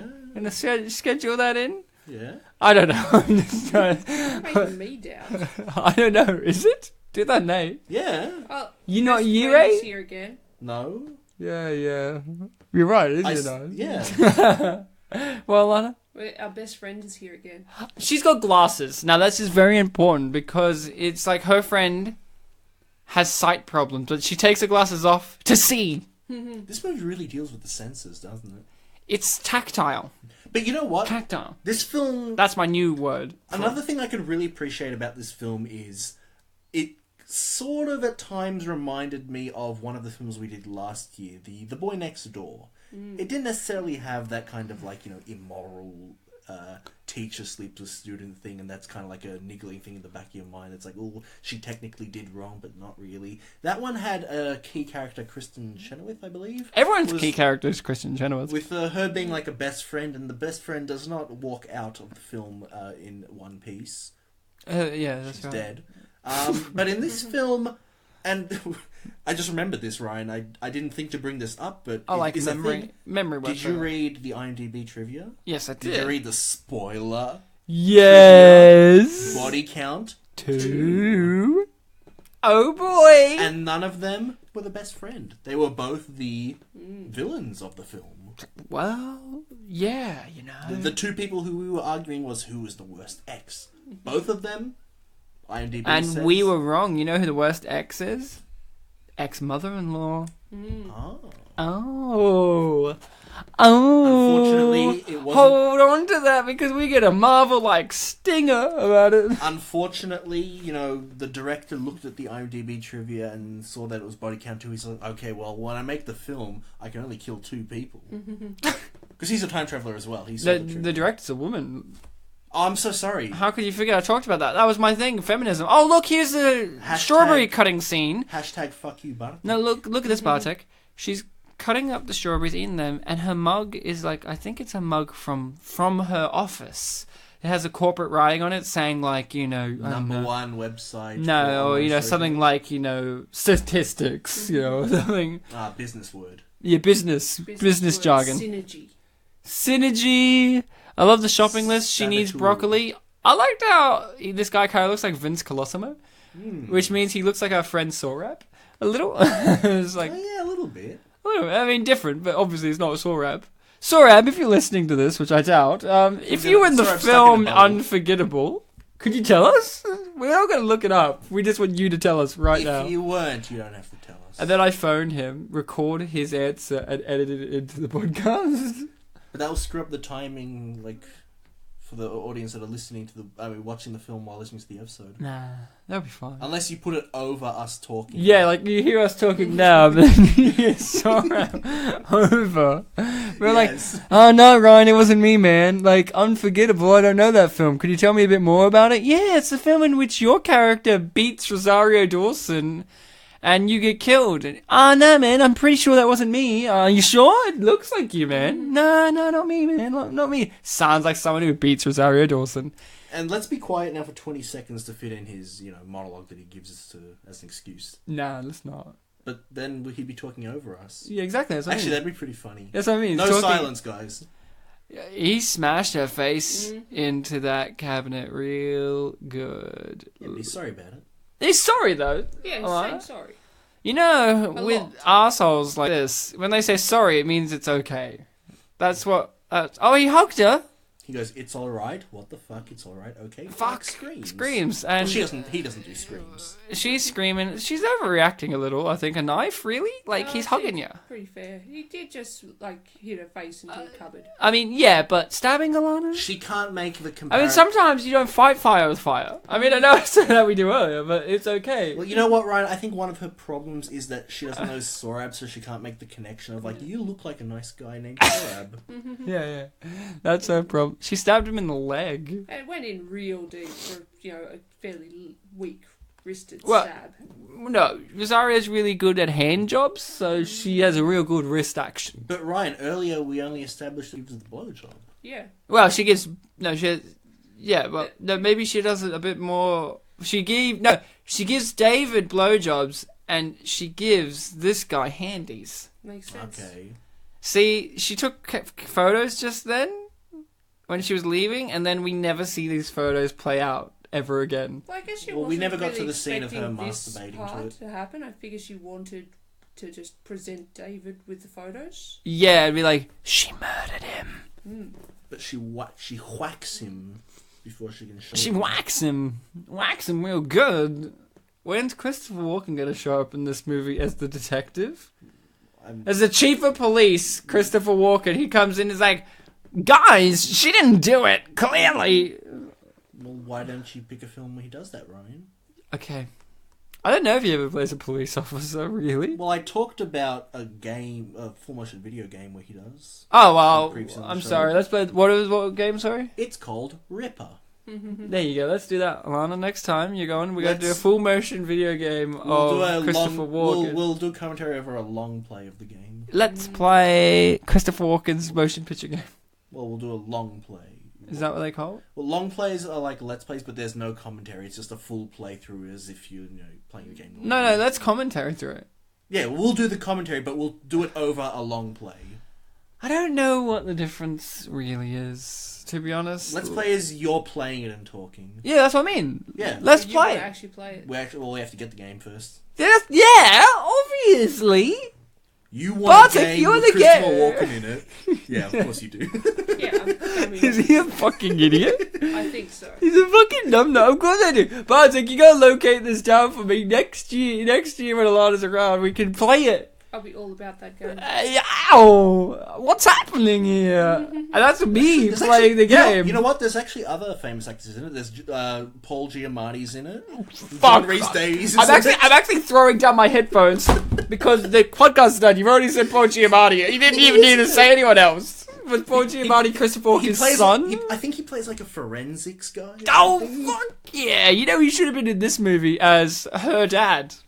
Where's her dad? Who is Katherine Heigl's dad? That's The right. person whose house she tried to burn down. But he didn't die. He did not die, nor did his new wife. That much Wouldn't it we be learned. great if her dad was Robert Redford? That'd be pretty awesome. It would be pretty great, actually. Like, nice guy Robert Redford. And he's like, yo, it's me, Robert Redford. That's how he sounds. I've nailed that impersonation down. I've worked on that for years. Hey, it's me, Robert Redford. Yeah, I'm a good guy. Think he used enough dynamite there, Butch? I don't know what they were quoting there, but, it could be anything. you know. I can't swim. Oh, I know that quote. I know that quote. That's him when he's drowning in real life, yeah.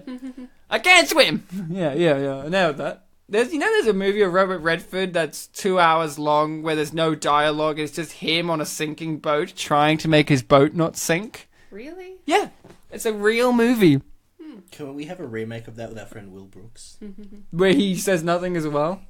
No. That's what he says. He can make noises like when he messes up. He goes, "Oh." Oh yeah. Robert Redford does those things, but he doesn't really say much dialogue. If he does, he says like, "Ah, fuck," when he cuts himself or something. But that's about it.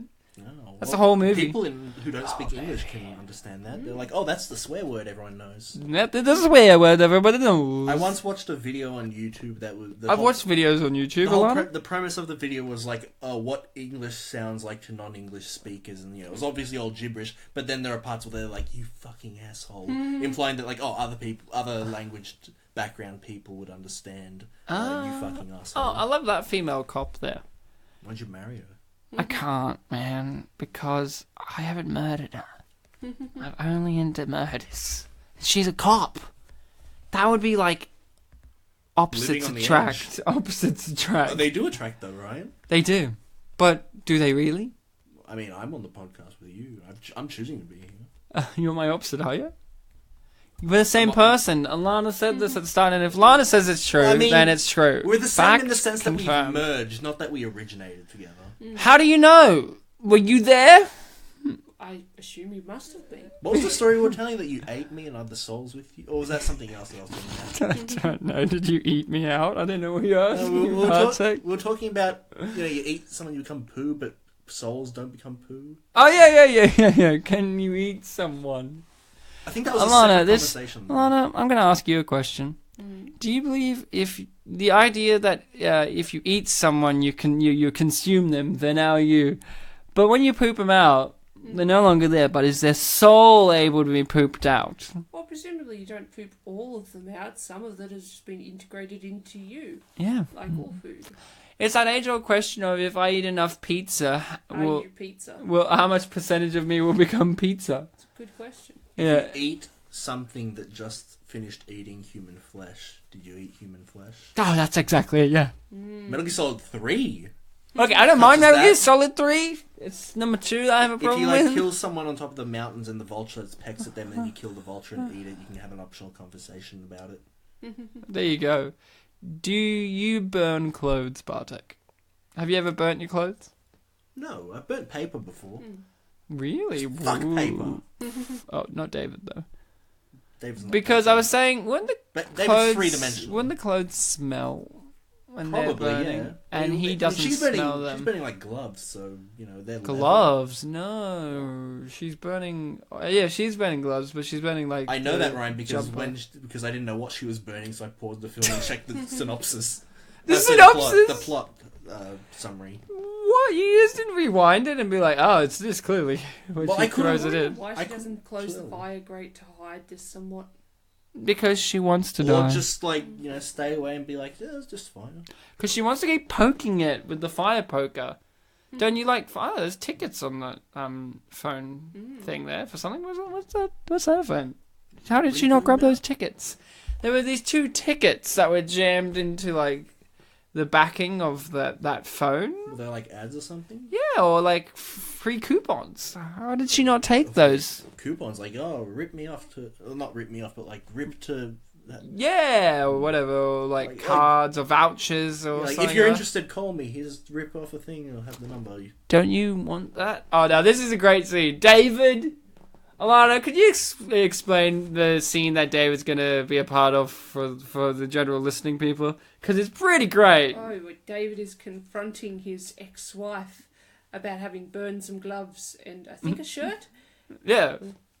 and sees that she is wearing the ring that she could have easily put in her pocket. But she doesn't have pockets. She's wearing a smock. She is wearing a smock for some reason, a white smock, very Angelic. full of symbolism. And the Polish word smock means dragon. It does. Yeah. Allana confirmed that, so that means it's true. You're not lying. I once watched a random video filled with Polish words, and I remembered that one because it looked like smoke. Yeah. So it's easy to remember. There you go. Yeah, smock's also similar. Like, I think it might even be the word for like the dummy, the like pacifiers. Oh, so they suck on dragons, huh? Suck on dragons in Poland. I knew that's why they were so tough. Now what's this? David is like seeing that this ex-wife is crazy bitch, murderer, all that, and he says, Tessa! I'm gonna get you help. And then just decides, Good guy, look at him. sees that she has a fire poker in her hand, and he's like, I'm gonna get my The emotion daughter on now. his face. Fire poker, Ryan? I thought she had a sword. No, it's a fire poker. But Ryan, she uses it like a sword so much. Oh, well, if you use something like a sword, then it becomes a sword. Mm-hmm. Alana She clearly believes it's a sword. Allana is an expert on swords because she uses objects like swords every day and actual swords. And actual swords, yes. But if you use an actual sword like a normal object, does it no longer become a sword? Tricky. That's it. Like if you use it as a vibrator, does it no longer become a I sword? think you have a lot of problems if you use your sword as a vibrator. Or you're really strong. Or you're really strong. Well, there are restaurants you can go to where they serve food on swords. On vibrators? Oh, Or so. probably also on vibrators, but definitely on swords. In which case you have to ask, is that a sword or is it just A vibrator. Spit or a vibrator? And then they say, well, if you want to find out it's a vibrator, you Well, right, if get on all fours. you're gonna make food that like you have to stir in a bowl, why don't you use a vibrator instead? It'll vibrate and you can stir. That makes That's actually a really good idea. Yeah. Why don't people use the shake weight to lose weight more often? These are the questions Because it I was on ask. South Park and they're like, oh, it must be silly. Hey, South Park, stop it. Stop it right now, okay? You've gone too high up on your horse there. You're It's a taking great- something beautiful from the world. It's a great product. We're not sponsored by Shake Weight, but I would recommend buying 2 of them and aiming them towards your mouth. And if you buy them in the next 30 seconds, then you can get a second one. For free. Yeah. If you buy 2 of them, Just then you'll call- buy a second one, which some would say third one, but Just it's call a marketing- Danzo Direct. It's a marketing trick. I love tricks. I did mention earlier that I'm a master of tricks. And I said questions. Kinda. I said that you were a cheap trick. So, Bartek, here's a question. Now I'm going to ask you. It's very important that you really factor in I'll what you're going to be answer asked. it, Ryan. I'll answer it, Ryan. Okay. Did Me? you... Did I? This is serious. Oh, stop being stupid then. Okay, stop being serious. Stop being serious. Stop being really stupid now. No. Be serious. Were you upset with the outcome of the fight? I was of 2 minds about the progression of the fight, but it was an irrational thing. It's that whole thing of... I know this isn't a horror film, but talking about stereotypical horror audiences. When a fight breaks out, you're still the viewer. You're not in the universe, you're not in danger. It's not you being Captain Hindsight, but it's you being like, the most ideal thing you could have done there was like, I don't know, swiped, grabbed the weapon and retaliated, but you didn't do it. You were just busy choosing to be scared instead. How dare you? There was a bit of that going on, and mainly I was joking about, she uses it like a sword, even though really it's not a sword. But you know what? I feel like she's kind of at her breaking point at this point, so, the logic isn't necessarily there, and our hero Julia is currently in a lot of fear. Like, I think at this point I was like, swipe it and then charge her, or like grab it or something. Because it's not really a tip.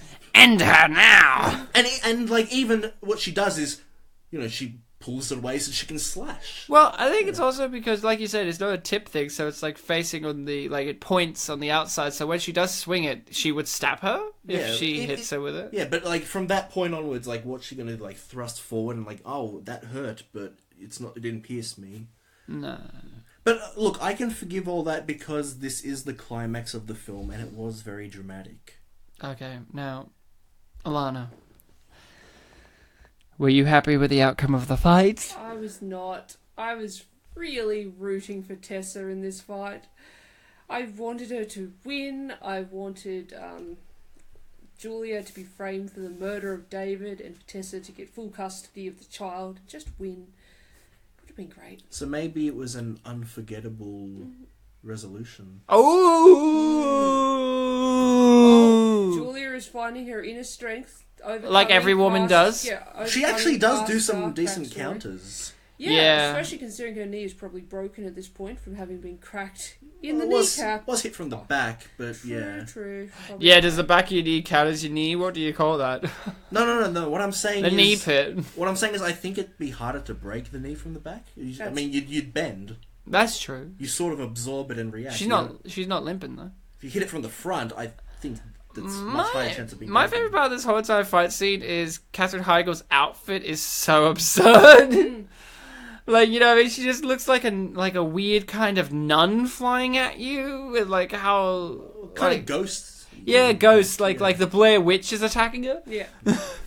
Yeah, I could see like out of context that this kind of look of a character being like maybe like a virginal sacrifice or something. It's also great because Or throughout prophet. the whole film she's always worn tight outfits and now she's wearing like loose free-flowing kind of outfit. It's like it's kind of like a symbolism. It's a great visual symbolism. It's, again, showing, not telling, where it's like at this point she's now free and comfortable because her plan has succeeded. Definitely a big contrast to what you mentioned earlier, the belt. Belt is like a tightening thing that you put on yourself to keep everything together, but this is very free-flowing. It's free-flowing. Could have used a belt. It would look nice. You do tend to wear tighter clothes when you ride horses. What's her plan with David? Katherine Heigl's plan? Yeah. It almost seemed like she wanted to kill him. But that kind of goes against what she says. She was tending him. I think she was just going to try to keep him forever. Because I feel like with the tape, my interpretation was she wants to kill him but not have him make noise. But then you could just stab him in the brain. But isn't she sort of obsessed with him? Yeah, I think she was going to keep him captive What? forever. No. Is this the resolution that you didn't... Rosario Dawson says this isn't about David. Remember during their fight, it's not really about David. It's not really about the daughter. It's just about this power trip kind of thing. It's not even about Rosario Dawson. It's just about Katherine Heigl has just been a person who's broken her whole entire life, and she wants the power, and now she's going to get the power by giving it to someone else and then taking it away.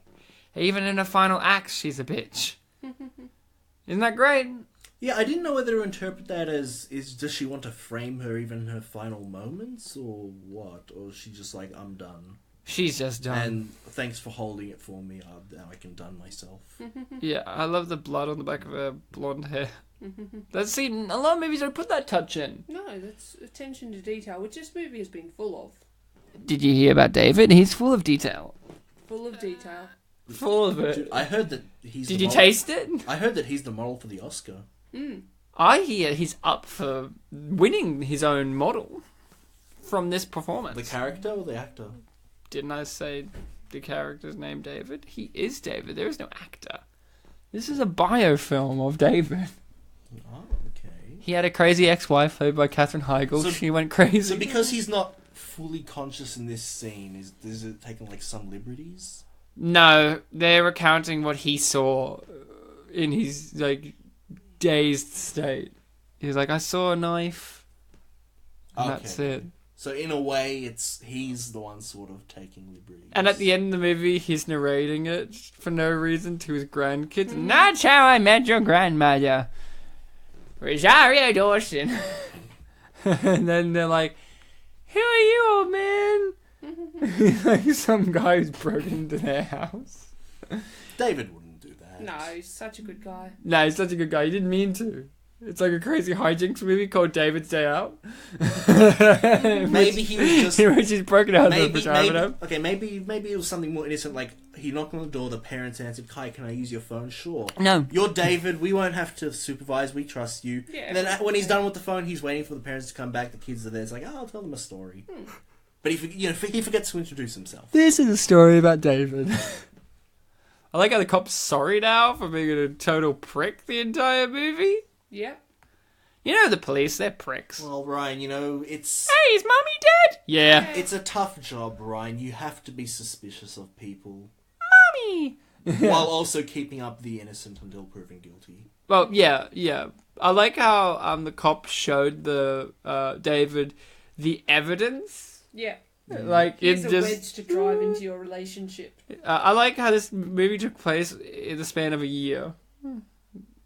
It's a year, yeah, because it was 6 months earlier. Then we went through the 6 months. Oh, that's a good point. Yeah. And now we're 6 months later, so you're it's right. a year. You're a year right. long. 6 plus 6 is 12, and 12 is a year. Mm-hmm. Yeah, and this is they kept Mr. Weasel, the toy, not David. He's a fox. Not a silver fox though. Not a silver one yet. Not yet. But He's David. He's David. Jesus. So David Jesus? Do we actually hear his last name at any point? Conover. Conover. Oh, that's right, yes. Conover. But he's not a con artist. It's really... He's over it. He's over being a con artist. I love now Bartek. I love it. You love now Bartek? I love now Bartek, but I also hate you.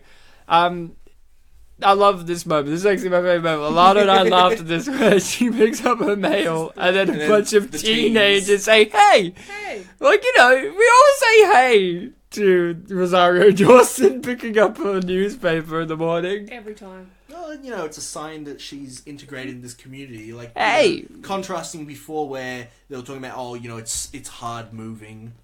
Here, she's moved again and... She's moved back to where she was from. She's comfortable.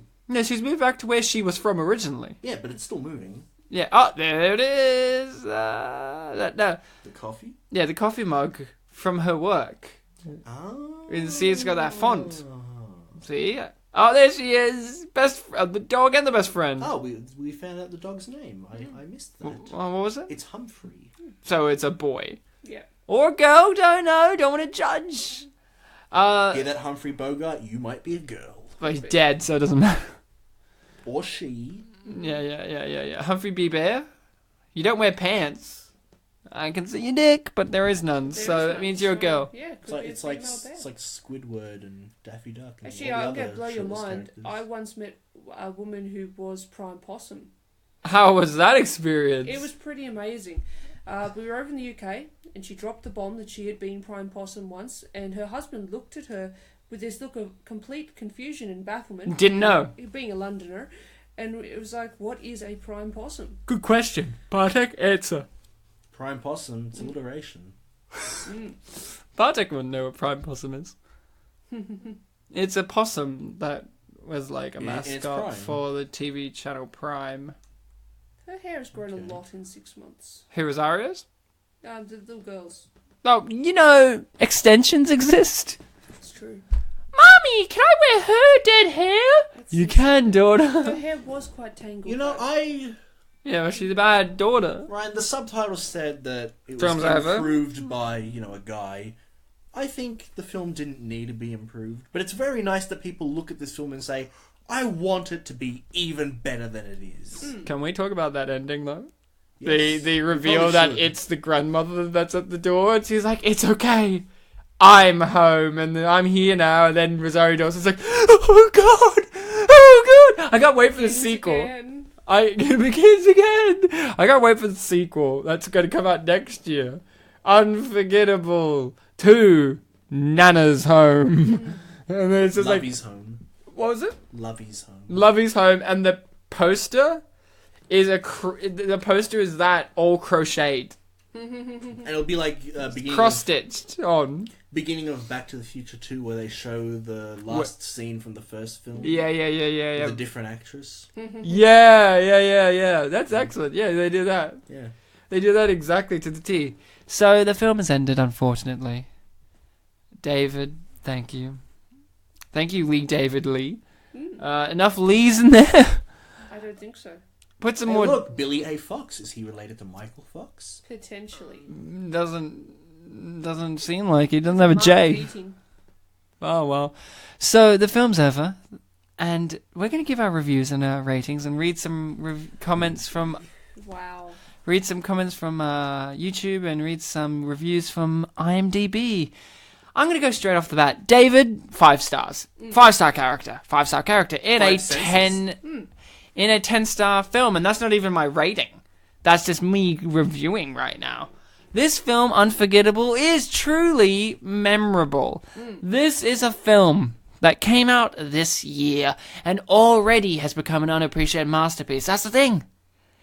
It's not necessarily the factor of time that can make you an unappreciated masterpiece, It doesn't have to be, you have to wait 5 years to really know if it's unappreciated. Sometimes it can be the day it's released. You can know an unappreciated masterpiece has happened. The American Humane Association oversaw some of the action-filled animal scenes. Oh, I love those scenes. Oreo was running really fast. He was running on that wheel. Did you not see the dog barking? It's also true. Pretty full on. Ooh, I like this touch. How they show the title at the very end of the credits. A lot of films do that. And what I was saying was, this film, it came out this year, it's already unappreciated, which is sad. It's a sad state that we live in, but that's why we cover it, We cover it on this show and talk about it. And you know what? I'm glad I saw it, and I'll probably watch it again. Rosario Dawson gives a heartbreaking performance. Katherine Heigl gives a truly magnetic performance, chilling. Because you understand where she's from. You see Cheryl Ladd in it, and you go, oh, I see how you became what you are. And in fact, this is a movie about victims, and how victims can be victims, or they can turn their fate around and take charge. You know, Katherine Heigl, that's what she's doing. You know, she no longer wants to be the victim of the patriarchy society in which she's just the ex-bitch wife. No, she's now choosing to be the psycho ex-bitch wife. You know, and then Rosario Dawson, you know, she formed victim of abuse, and then she decides, no, I'm not going to be a current victim of abuse from you, Katherine Heigl. And, you know, even the daughter stands up and is like, no, I'm going to get off the horse, even if it costs me my hair. I'm going to get off the high horse. Exactly. Yeah, If I have to give this movie a rating, I would give it a David out of David. David out of David. That's it. A David out of David. 100%. Bartek, Let's hear from you. Oh, you want to hear my review? I thought you really liked the sound of my name. Bartek. Unforgettable. Oh, or, if you were to put spaces in the name, Unforged Tea Table. That was actually the lamest joke you've said on the show. Fun fact for all the listening people, when I collect YouTube comments, I always save it in, Microsoft Word, and I call the files movie name comments.rtf. And this one is Unforgettable Comments, which this is the first time the movie title. You're not going to give us your review? This is just a fun fact before the review. Oh, okay. I was scared. Yeah, don't worry about it, man. Okay. So this one's like, oh, the movie title is an adjective for the comments. They're Unforgettable Comments. But that's coming later. You still got 2 reviews from 2 of the people on this episode to listen to. That's sequel baiting. And the first one, who's acting as the second of the 3, Budum-ching. That was a good one, me. I liked it. It really wasn't that good. But thanks for liking it, Ryan. Well, I liked it. Didn't love it. So anyway, this is my review for Unforged Tea Table. I thought that this film was, I think I've already said it, but amazing. I think that it is one of the most solid films that we have done on the show. Obviously, just like the rest of them, Big Fat Liar, all the way through to last week's episode, which was on Cutting Class. Brad Pitt's first film, yeah. Tasty. First major role in a film, yes. Yeah, tasty. Tasty and yummy. Oh, delectable. Thank you. I made that word myself. And I came up with the definition because I immediately saw what it was afterwards, so we worked together, I guess. That's what we call communism. Yeah, we shared, I guess. Anyway, this film was amazing. It touches many levels of thinking, of depth. Like, for example, that ending right there. Oh no, crazy grandma's here. Lovey, oh no. But earlier we had scene where she said that was beneath you, and that hinted at a depth of character. Was it beneath Katherine Heigl in that she was making it hard for her daughter, or was it beneath her in that she let her rival get one up on her? Or was it a literal thing because the daughter is like beneath her because she's short? Maybe, but I would kind of be against that because I do think she loves her granddaughter, and she wouldn't call it a that. She'd call it a she. But then if she said she, then it could have been about, was that about Maybe they're Julia? talking the horse. Maybe, but the horse was pretty big. Like, I did call it a high horse before. Yeah, you did. True. You nailed that. Yeah. It was new too. New too. Look, and I've already mentioned that this movie, it doesn't necessarily have red herrings, but it does have a lot of world-building elements. And world-building elements, I think, are a really almost easy thing for me to keep talking about in these episodes. Things that aren't essential to the movie, but just give it that beautiful seasoning on the pizza. Things like, the luggage falling at the end. You've just watched the movie with us and heard us talk about it. That was never You a mean problem. at the start, yeah? I said, and you're right. At the start, You watched the film, right? When she crossed the Red Gate Bridge, I did watch the film, Ryan, because I was also going to point out that the only bit of luggage that the only bit of clothing gone missing was the panties that were sent to Michael Vargas. Oh. Which, by the way, that's the name of the, not stalker, sorry, the Psycho ex, the restraint ordered person. The person ordered to restrain themselves. Strain your pants, buddy. But he didn't. He hit the cabinet, he hit the woman, he didn't restrain himself at all. Okay, you redeemed yourself with that one, Bartek. It was fun. Yeah, I started laughing after I said it too.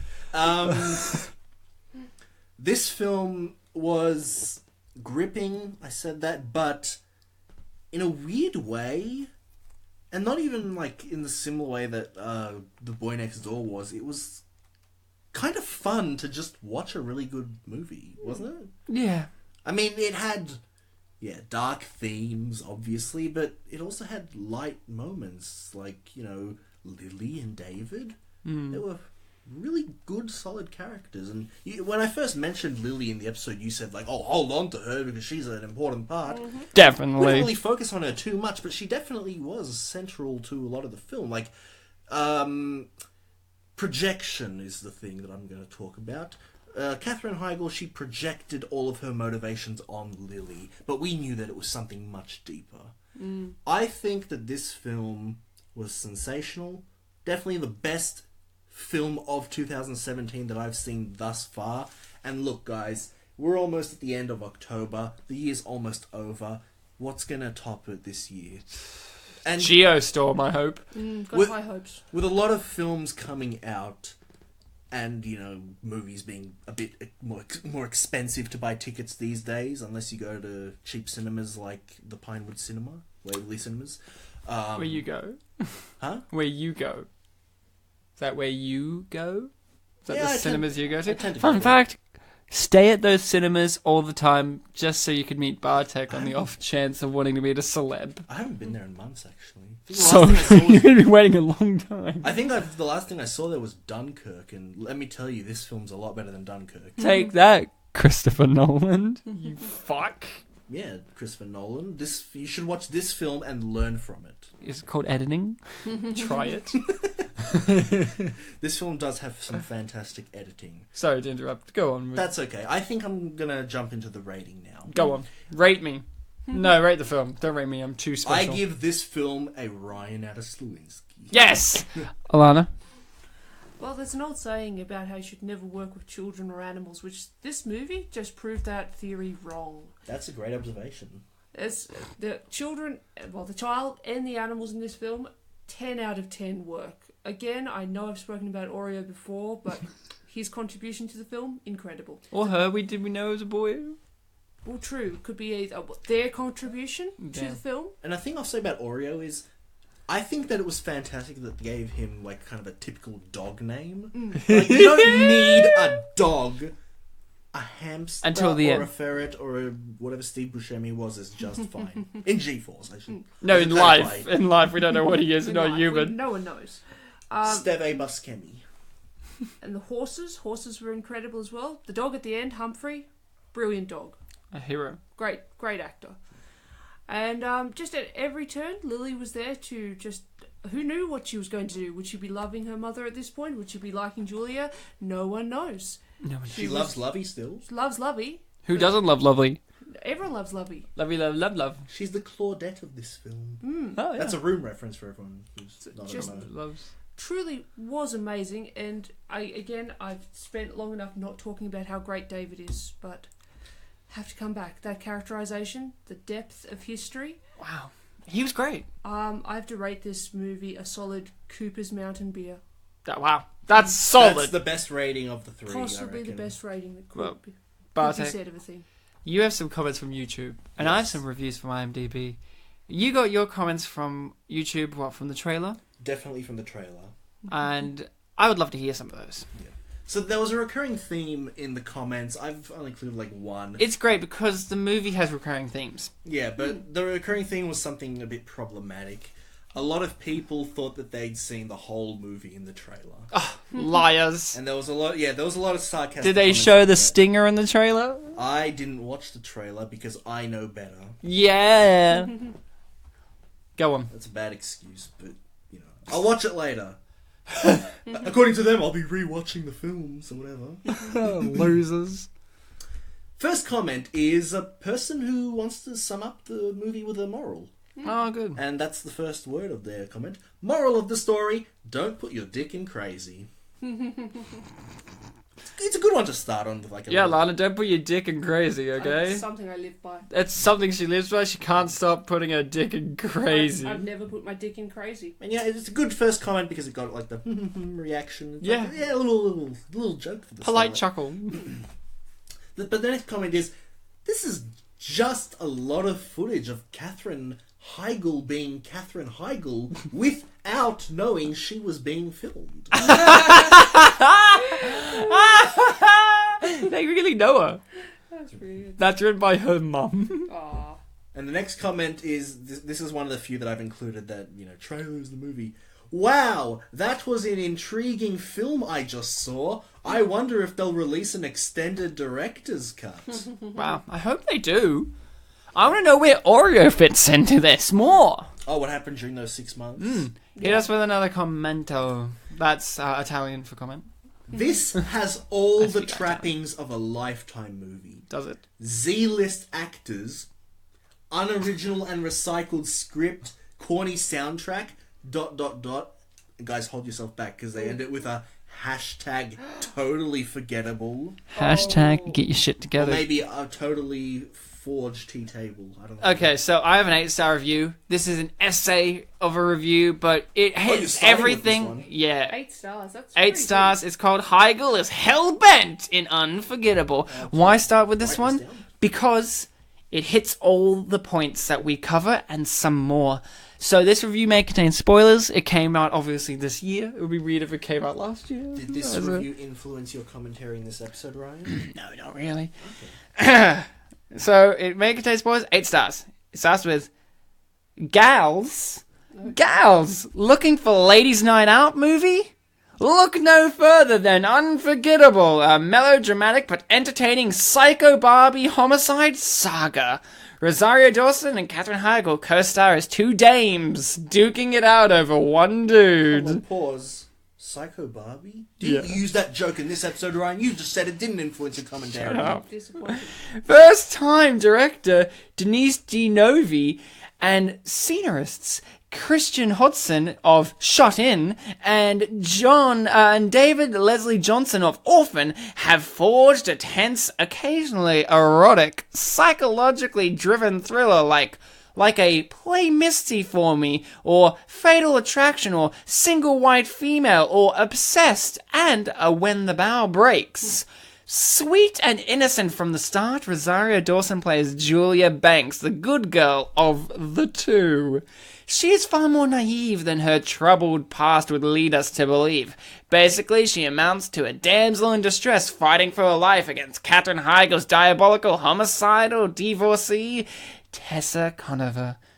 If anything is unforgettable about Unforgettable, that's a question mark. I can't answer that. No.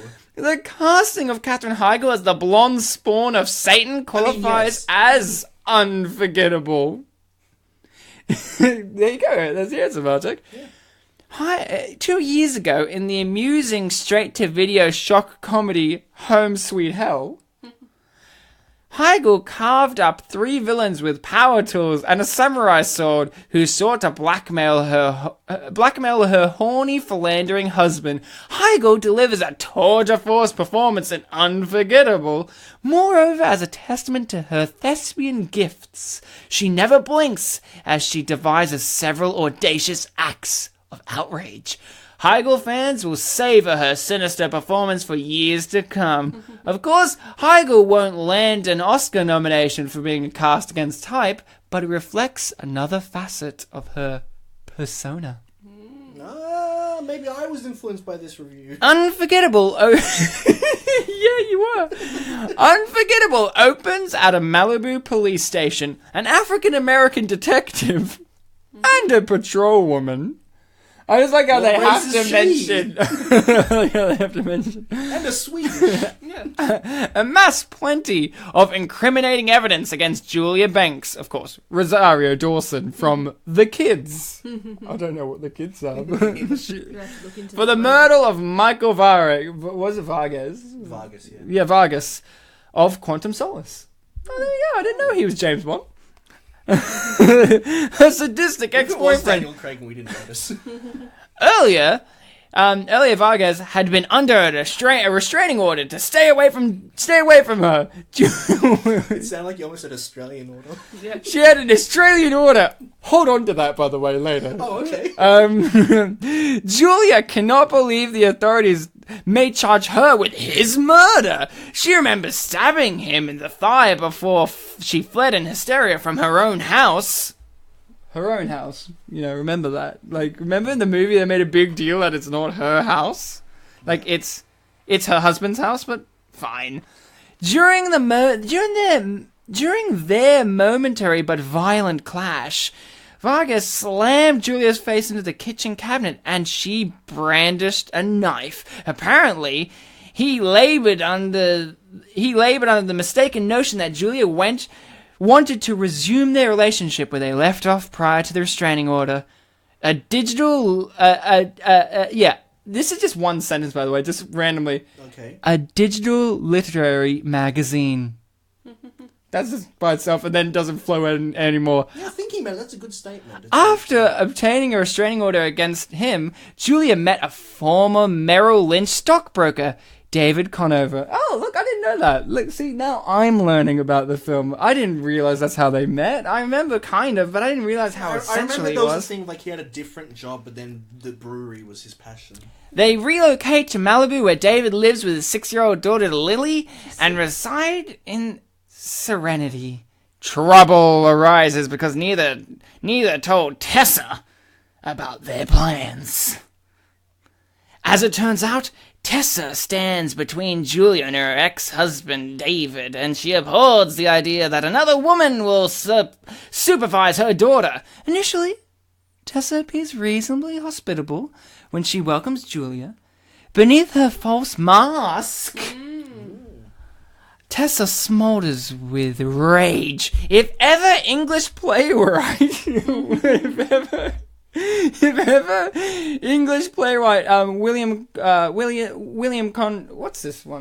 Converges?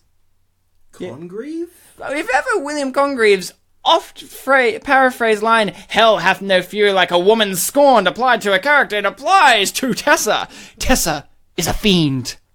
Tall, statuesque, her blonde hair parted down the middle and draping like shorn curtains at her shoulders, Tessa is a model of physical perfection in outfits that fit her like a sheath. She resembles a trophy wife, but she is an overbearing witch. She insists on having everything done to her specifications, and Julia can do nothing right, particularly with her impressionable daughter. Not long after the two women encounter each other, things soar between them. Admits to Julia that she destroyed her own marriage when she cheated on David. Now David has custody of Lily, but the court has allotted Tessa a couple of days each week with Lily. Tear face. That's sad. I love that. Tessa treats Lily like a captive, brushing her hair as if she was stropping a razor through it. When Lily warms up to Julia, Tessa cuts her hair severely and then blames everything on Julia. Interestingly, Tessa suffered a similar fate as Lily because of her own heartless mother, Helen, treated her, Tessa, with the same affection that a drill sergeant reserves for recruits. Tessa's life revolves around a mirror, and Helen still expects her daughter to live up to the mirror. And it just still keeps going, Bartek. This is see what I mean by an essay, but here's the thing. This essay is worth the 8 stars, not 10. Mm-hmm. 8. Because although she has lost David, Tessa won't admit to herself the marriage couldn't be salvaged. She launches a campaign against Julia and takes on the magnitude of a full-scale war. She first steals Julia's cell phone, imports the information on her own computer, and sets up a Facebook pal for Julia. Julia represents one of the few people alive today without a Facebook page. As if! And she never realizes the extent to which Tessa invades her own privacy. Tessa conducts a background check on Julia, which is pretty smart of her, and she learns about the restraining order against Michael. After she creates Julia's Facebook page, Julia arranges a reunion between... I love this. Julia arranges a reunion between Julia and Michael. Mistake, Mr. S.A. She impersonates Julia on the phone, so Michael will imagine that Julia has absolved him of all of his sins. See, there's a Christian allegory there too, Bartek. Unforgettable maintains a steady head of steam before it wobbles somewhere during its third half. Genova and her writers bring the conflict between Julia and Tessa to a boil about an hour into Unforgettable, and Julia begins to feel the heat. Nevertheless, the movie boasts a slam-bang finale. A slam-bang finale, Bartek. Yeah, grand slam. No, slam-bang. Unforgettable ranks as a hybrid chick flick / horror movie with more than enough moments of suspense and intrigue. Katherine Heigl looks like she had a blast during playing a notorious vixen, and she is fun to watch as she manipulates everybody around her. 8 stars. I still like the three halves. Yeah, It's I like agree. half The man, three half halves. bear, half pig. Don't you feel the half? Yeah, it's like man, bear, Bartek, pig. YouTube's a fun place. I'm sure everybody's nice to each other. They YouTube. reply very nicely to each other on YouTube. Everyone's really I've got nice. some replies. YouTube, Allana, is a very constructive place. Oh, it is. There's no such thing as meanies. It's the true realm of academia. These Everyone's days. nice. Yeah. And this next comment doesn't transition to that at all. This looks like one of those Mexican soap operas. Does it, though? I think there was another comment that said exactly the same thing, so, they know the best. Oh, there was another one saying that it was like a Brazilian soap opera. Oh, that's that's what different. I'm thinking. That's different. One's sexier than the other. Both in You the choose. Americas, but, they're different places. Kills you in Spanish, yeah. Do they speak Portuguese in Brazil? Yeah, but I'm talking about the Mexican one. Ah. See. There's a joke. Like, there's this one, I think it's this Mexican soap opera. It's like, all the subtitles is like, thinking in Spanish. Yeah. Killing you in Spanish. Taking your money in Spanish. I literally think that there was a comment that had a similar thing like that, but I didn't include it. Give us some more of these comms. This one has And the responses. The initial comment is, how come the blonde white chick's always the nutcase and the black chick's always the innocent sweet one? Lol. Again, it's double standards. The first of the two responses are, I'm a black male. I noticed this. I also noticed this. White girls are always presented as crazy / bad, while black women are shown in a good light. The white girl was bad in the movie Obsessed, so why couldn't the black girl be crazy in this film? There are also a lot of comments saying this film is just Obsessed 2.0 or something. Oh, And the sorry. final response is, and this is a transition to what you were saying earlier, Ryan. The comment is, both of you sound stupid. Oh, yes, constructive.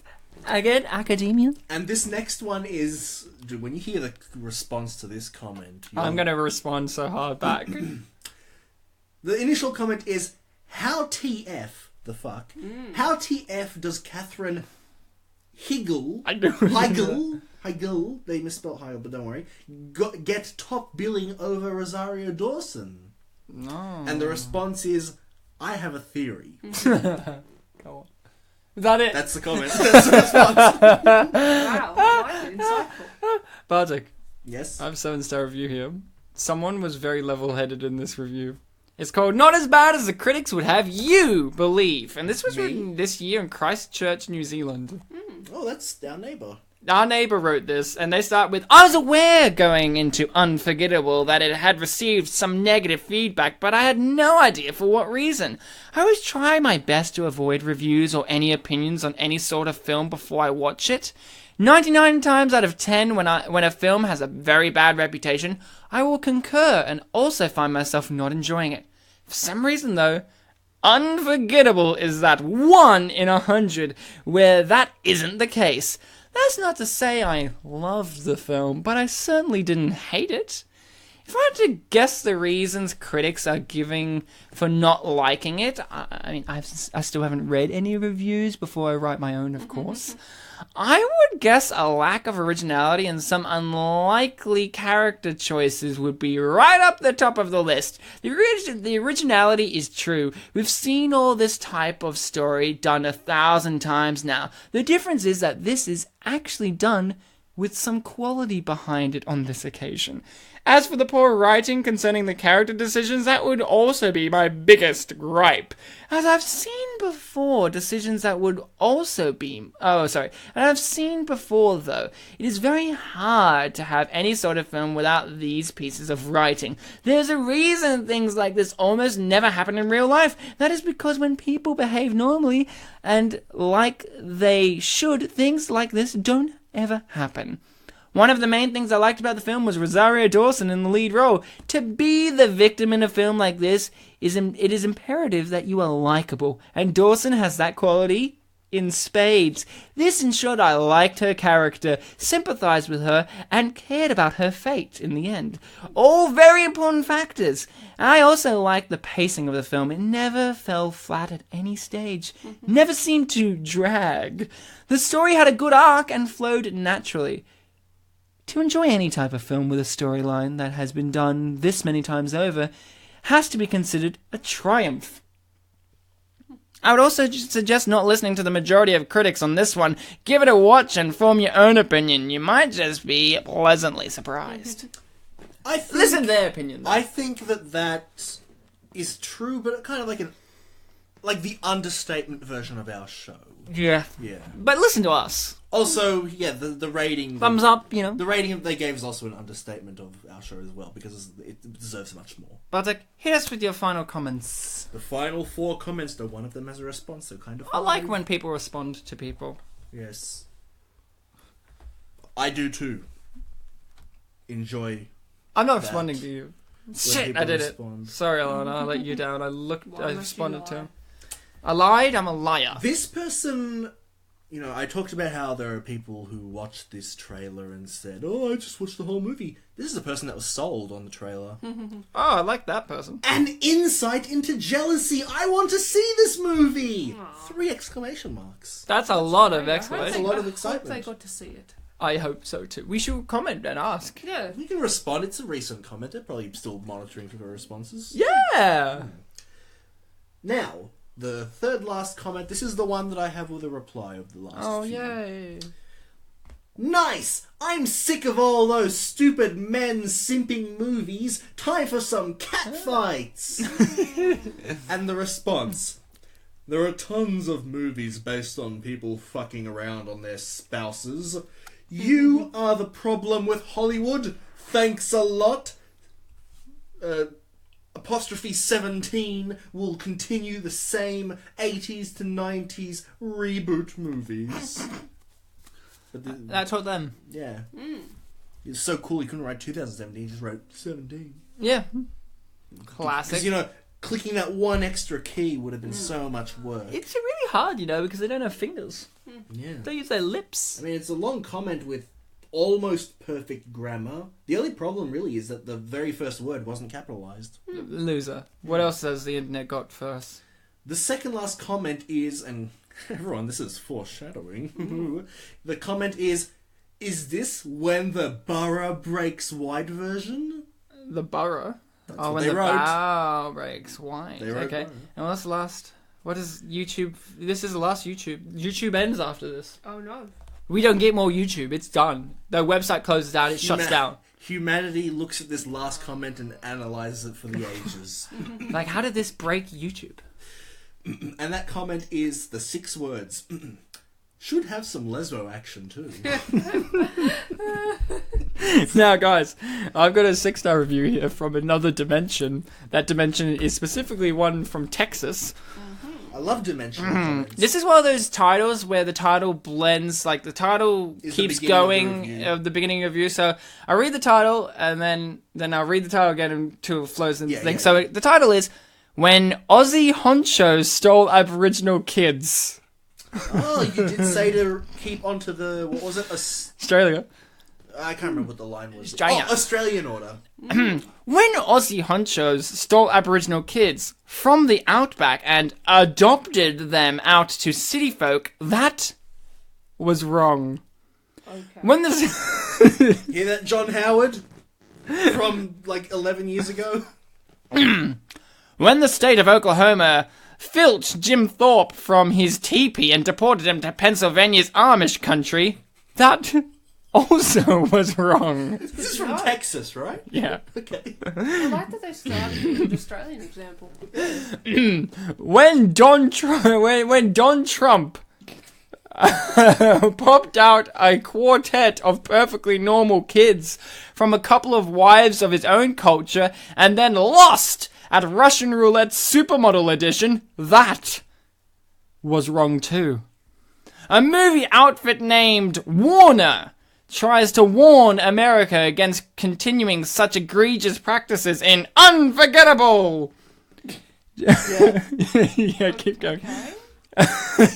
Yeah. Dave's daughter is named Lily because she is Lily White. Julia Warner, and then this is I think this is a time thing. They put a timestamp. Warner discloses at 1740 is a product of fetal alcohol syndrome, which pervades her culture and yeah, hold on, guys. So at 740 is a product of fetal alcohol syndrome which pervades her culture and whose deleterious effects are evident throughout Unforgettable. Dave's hots for Julia also will expose Lily for furtive secondhand smoke. This too is endemic to Julia's culture. Thus, innocent Lily is to be doomed to a brief life of torture by cancer. 40 minutes and 20 seconds. That's the timestamp. They want you to realize that. Yeah, we've got the movie in front of us. Julia's even clueless about Lily's personal hygiene care, costing Lily her crowning glory even before cancer takes its toll. Unforgettable's credits state that the current U.S. Secretary of Money, Steve Mnuchin, financed this flick, probably on the taxpayer dime. That's how important our newly installed government sees the need for an end to such cross-cultural follies as Julia's shenanigans with Dave and Lily. That's it. Wow. Is this a fan of, quote, Don Trump? I don't know. Why? That was... But he wow. talked about Australia, so you know. Australia! So, Australia. guys, that was it. Allana, that was it. Bartek, that was it. Ryan, that was it. That's the movie. That's the commentary. That's it. You're done. That was You've pretty- served your years in time. And the episode just suddenly ends. It ends. That don't even need to say you've been fantastic, wonderful, amazing, superfluously great listening, people. And as always, be kind to each other. Don't even need to say it. It just goes, that's the end. No, that's it. Done. Bartek doesn't need to make some witty comment at the end. Allana doesn't have to say thank you for letting me be on. Just ends. Just done. Done. Bam. Whoops. Accidentally stops the record button and you no longer hear anything. That's right. This isn't going to be included in there at all. If it is, mistake on my part. Not really. I don't make mistakes. I'm full of anything but mistakes. Like David. You were good too, Ryan. Thank you, Bartek. As always, Allana, you've been my relative, I guess. I don't know. Maybe. Kind of. Some people say otherwise. Did Me. you hopefully. learn more about older siblings, Ryan? I did. I learned they roll and don't know why. You'll never understand. Just don't get it. That's it. Bartek, do you want to impart us with some older sibling wisdom? Of course. You know, a lot of older siblings, they grow up with younger siblings, and I think it was very evident in the movie Zathura that older siblings fight with younger siblings and act like they hate them, they don't like them because sometimes there are bad times. But when you grow up, you tend to look back on those moments with elements of cringe. You cringe at the fact that, you know, you fought a lot, that you might not have been there for them, even though you thought that maybe you were trying to, I don't know, toughen them up or prepare them for the world. And you see them grow up and go to school and you worry like, oh, I know I was fine when I went to university, but, you know, will they be fine? Are they they're so different from me. Are they making the same, correct choices, or making the same mistakes, or different correct choices?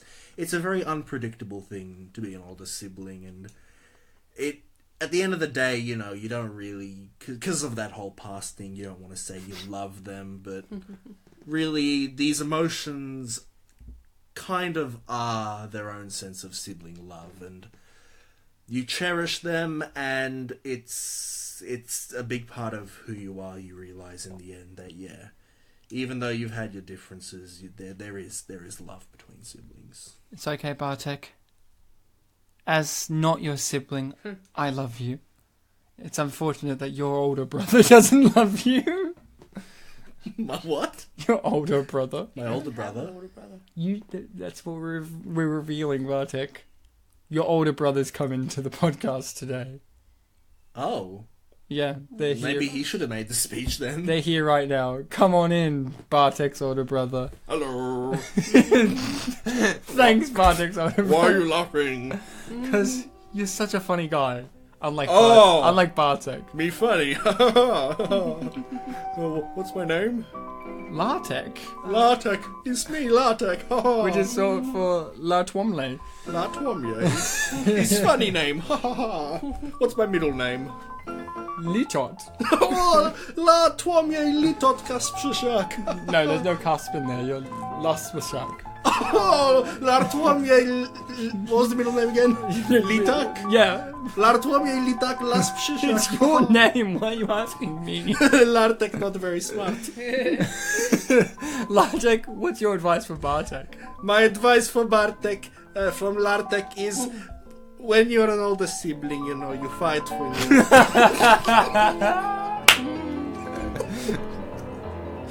That was a very serious message that I was giving, but we ended it so funny. I'm a jerk, that's why.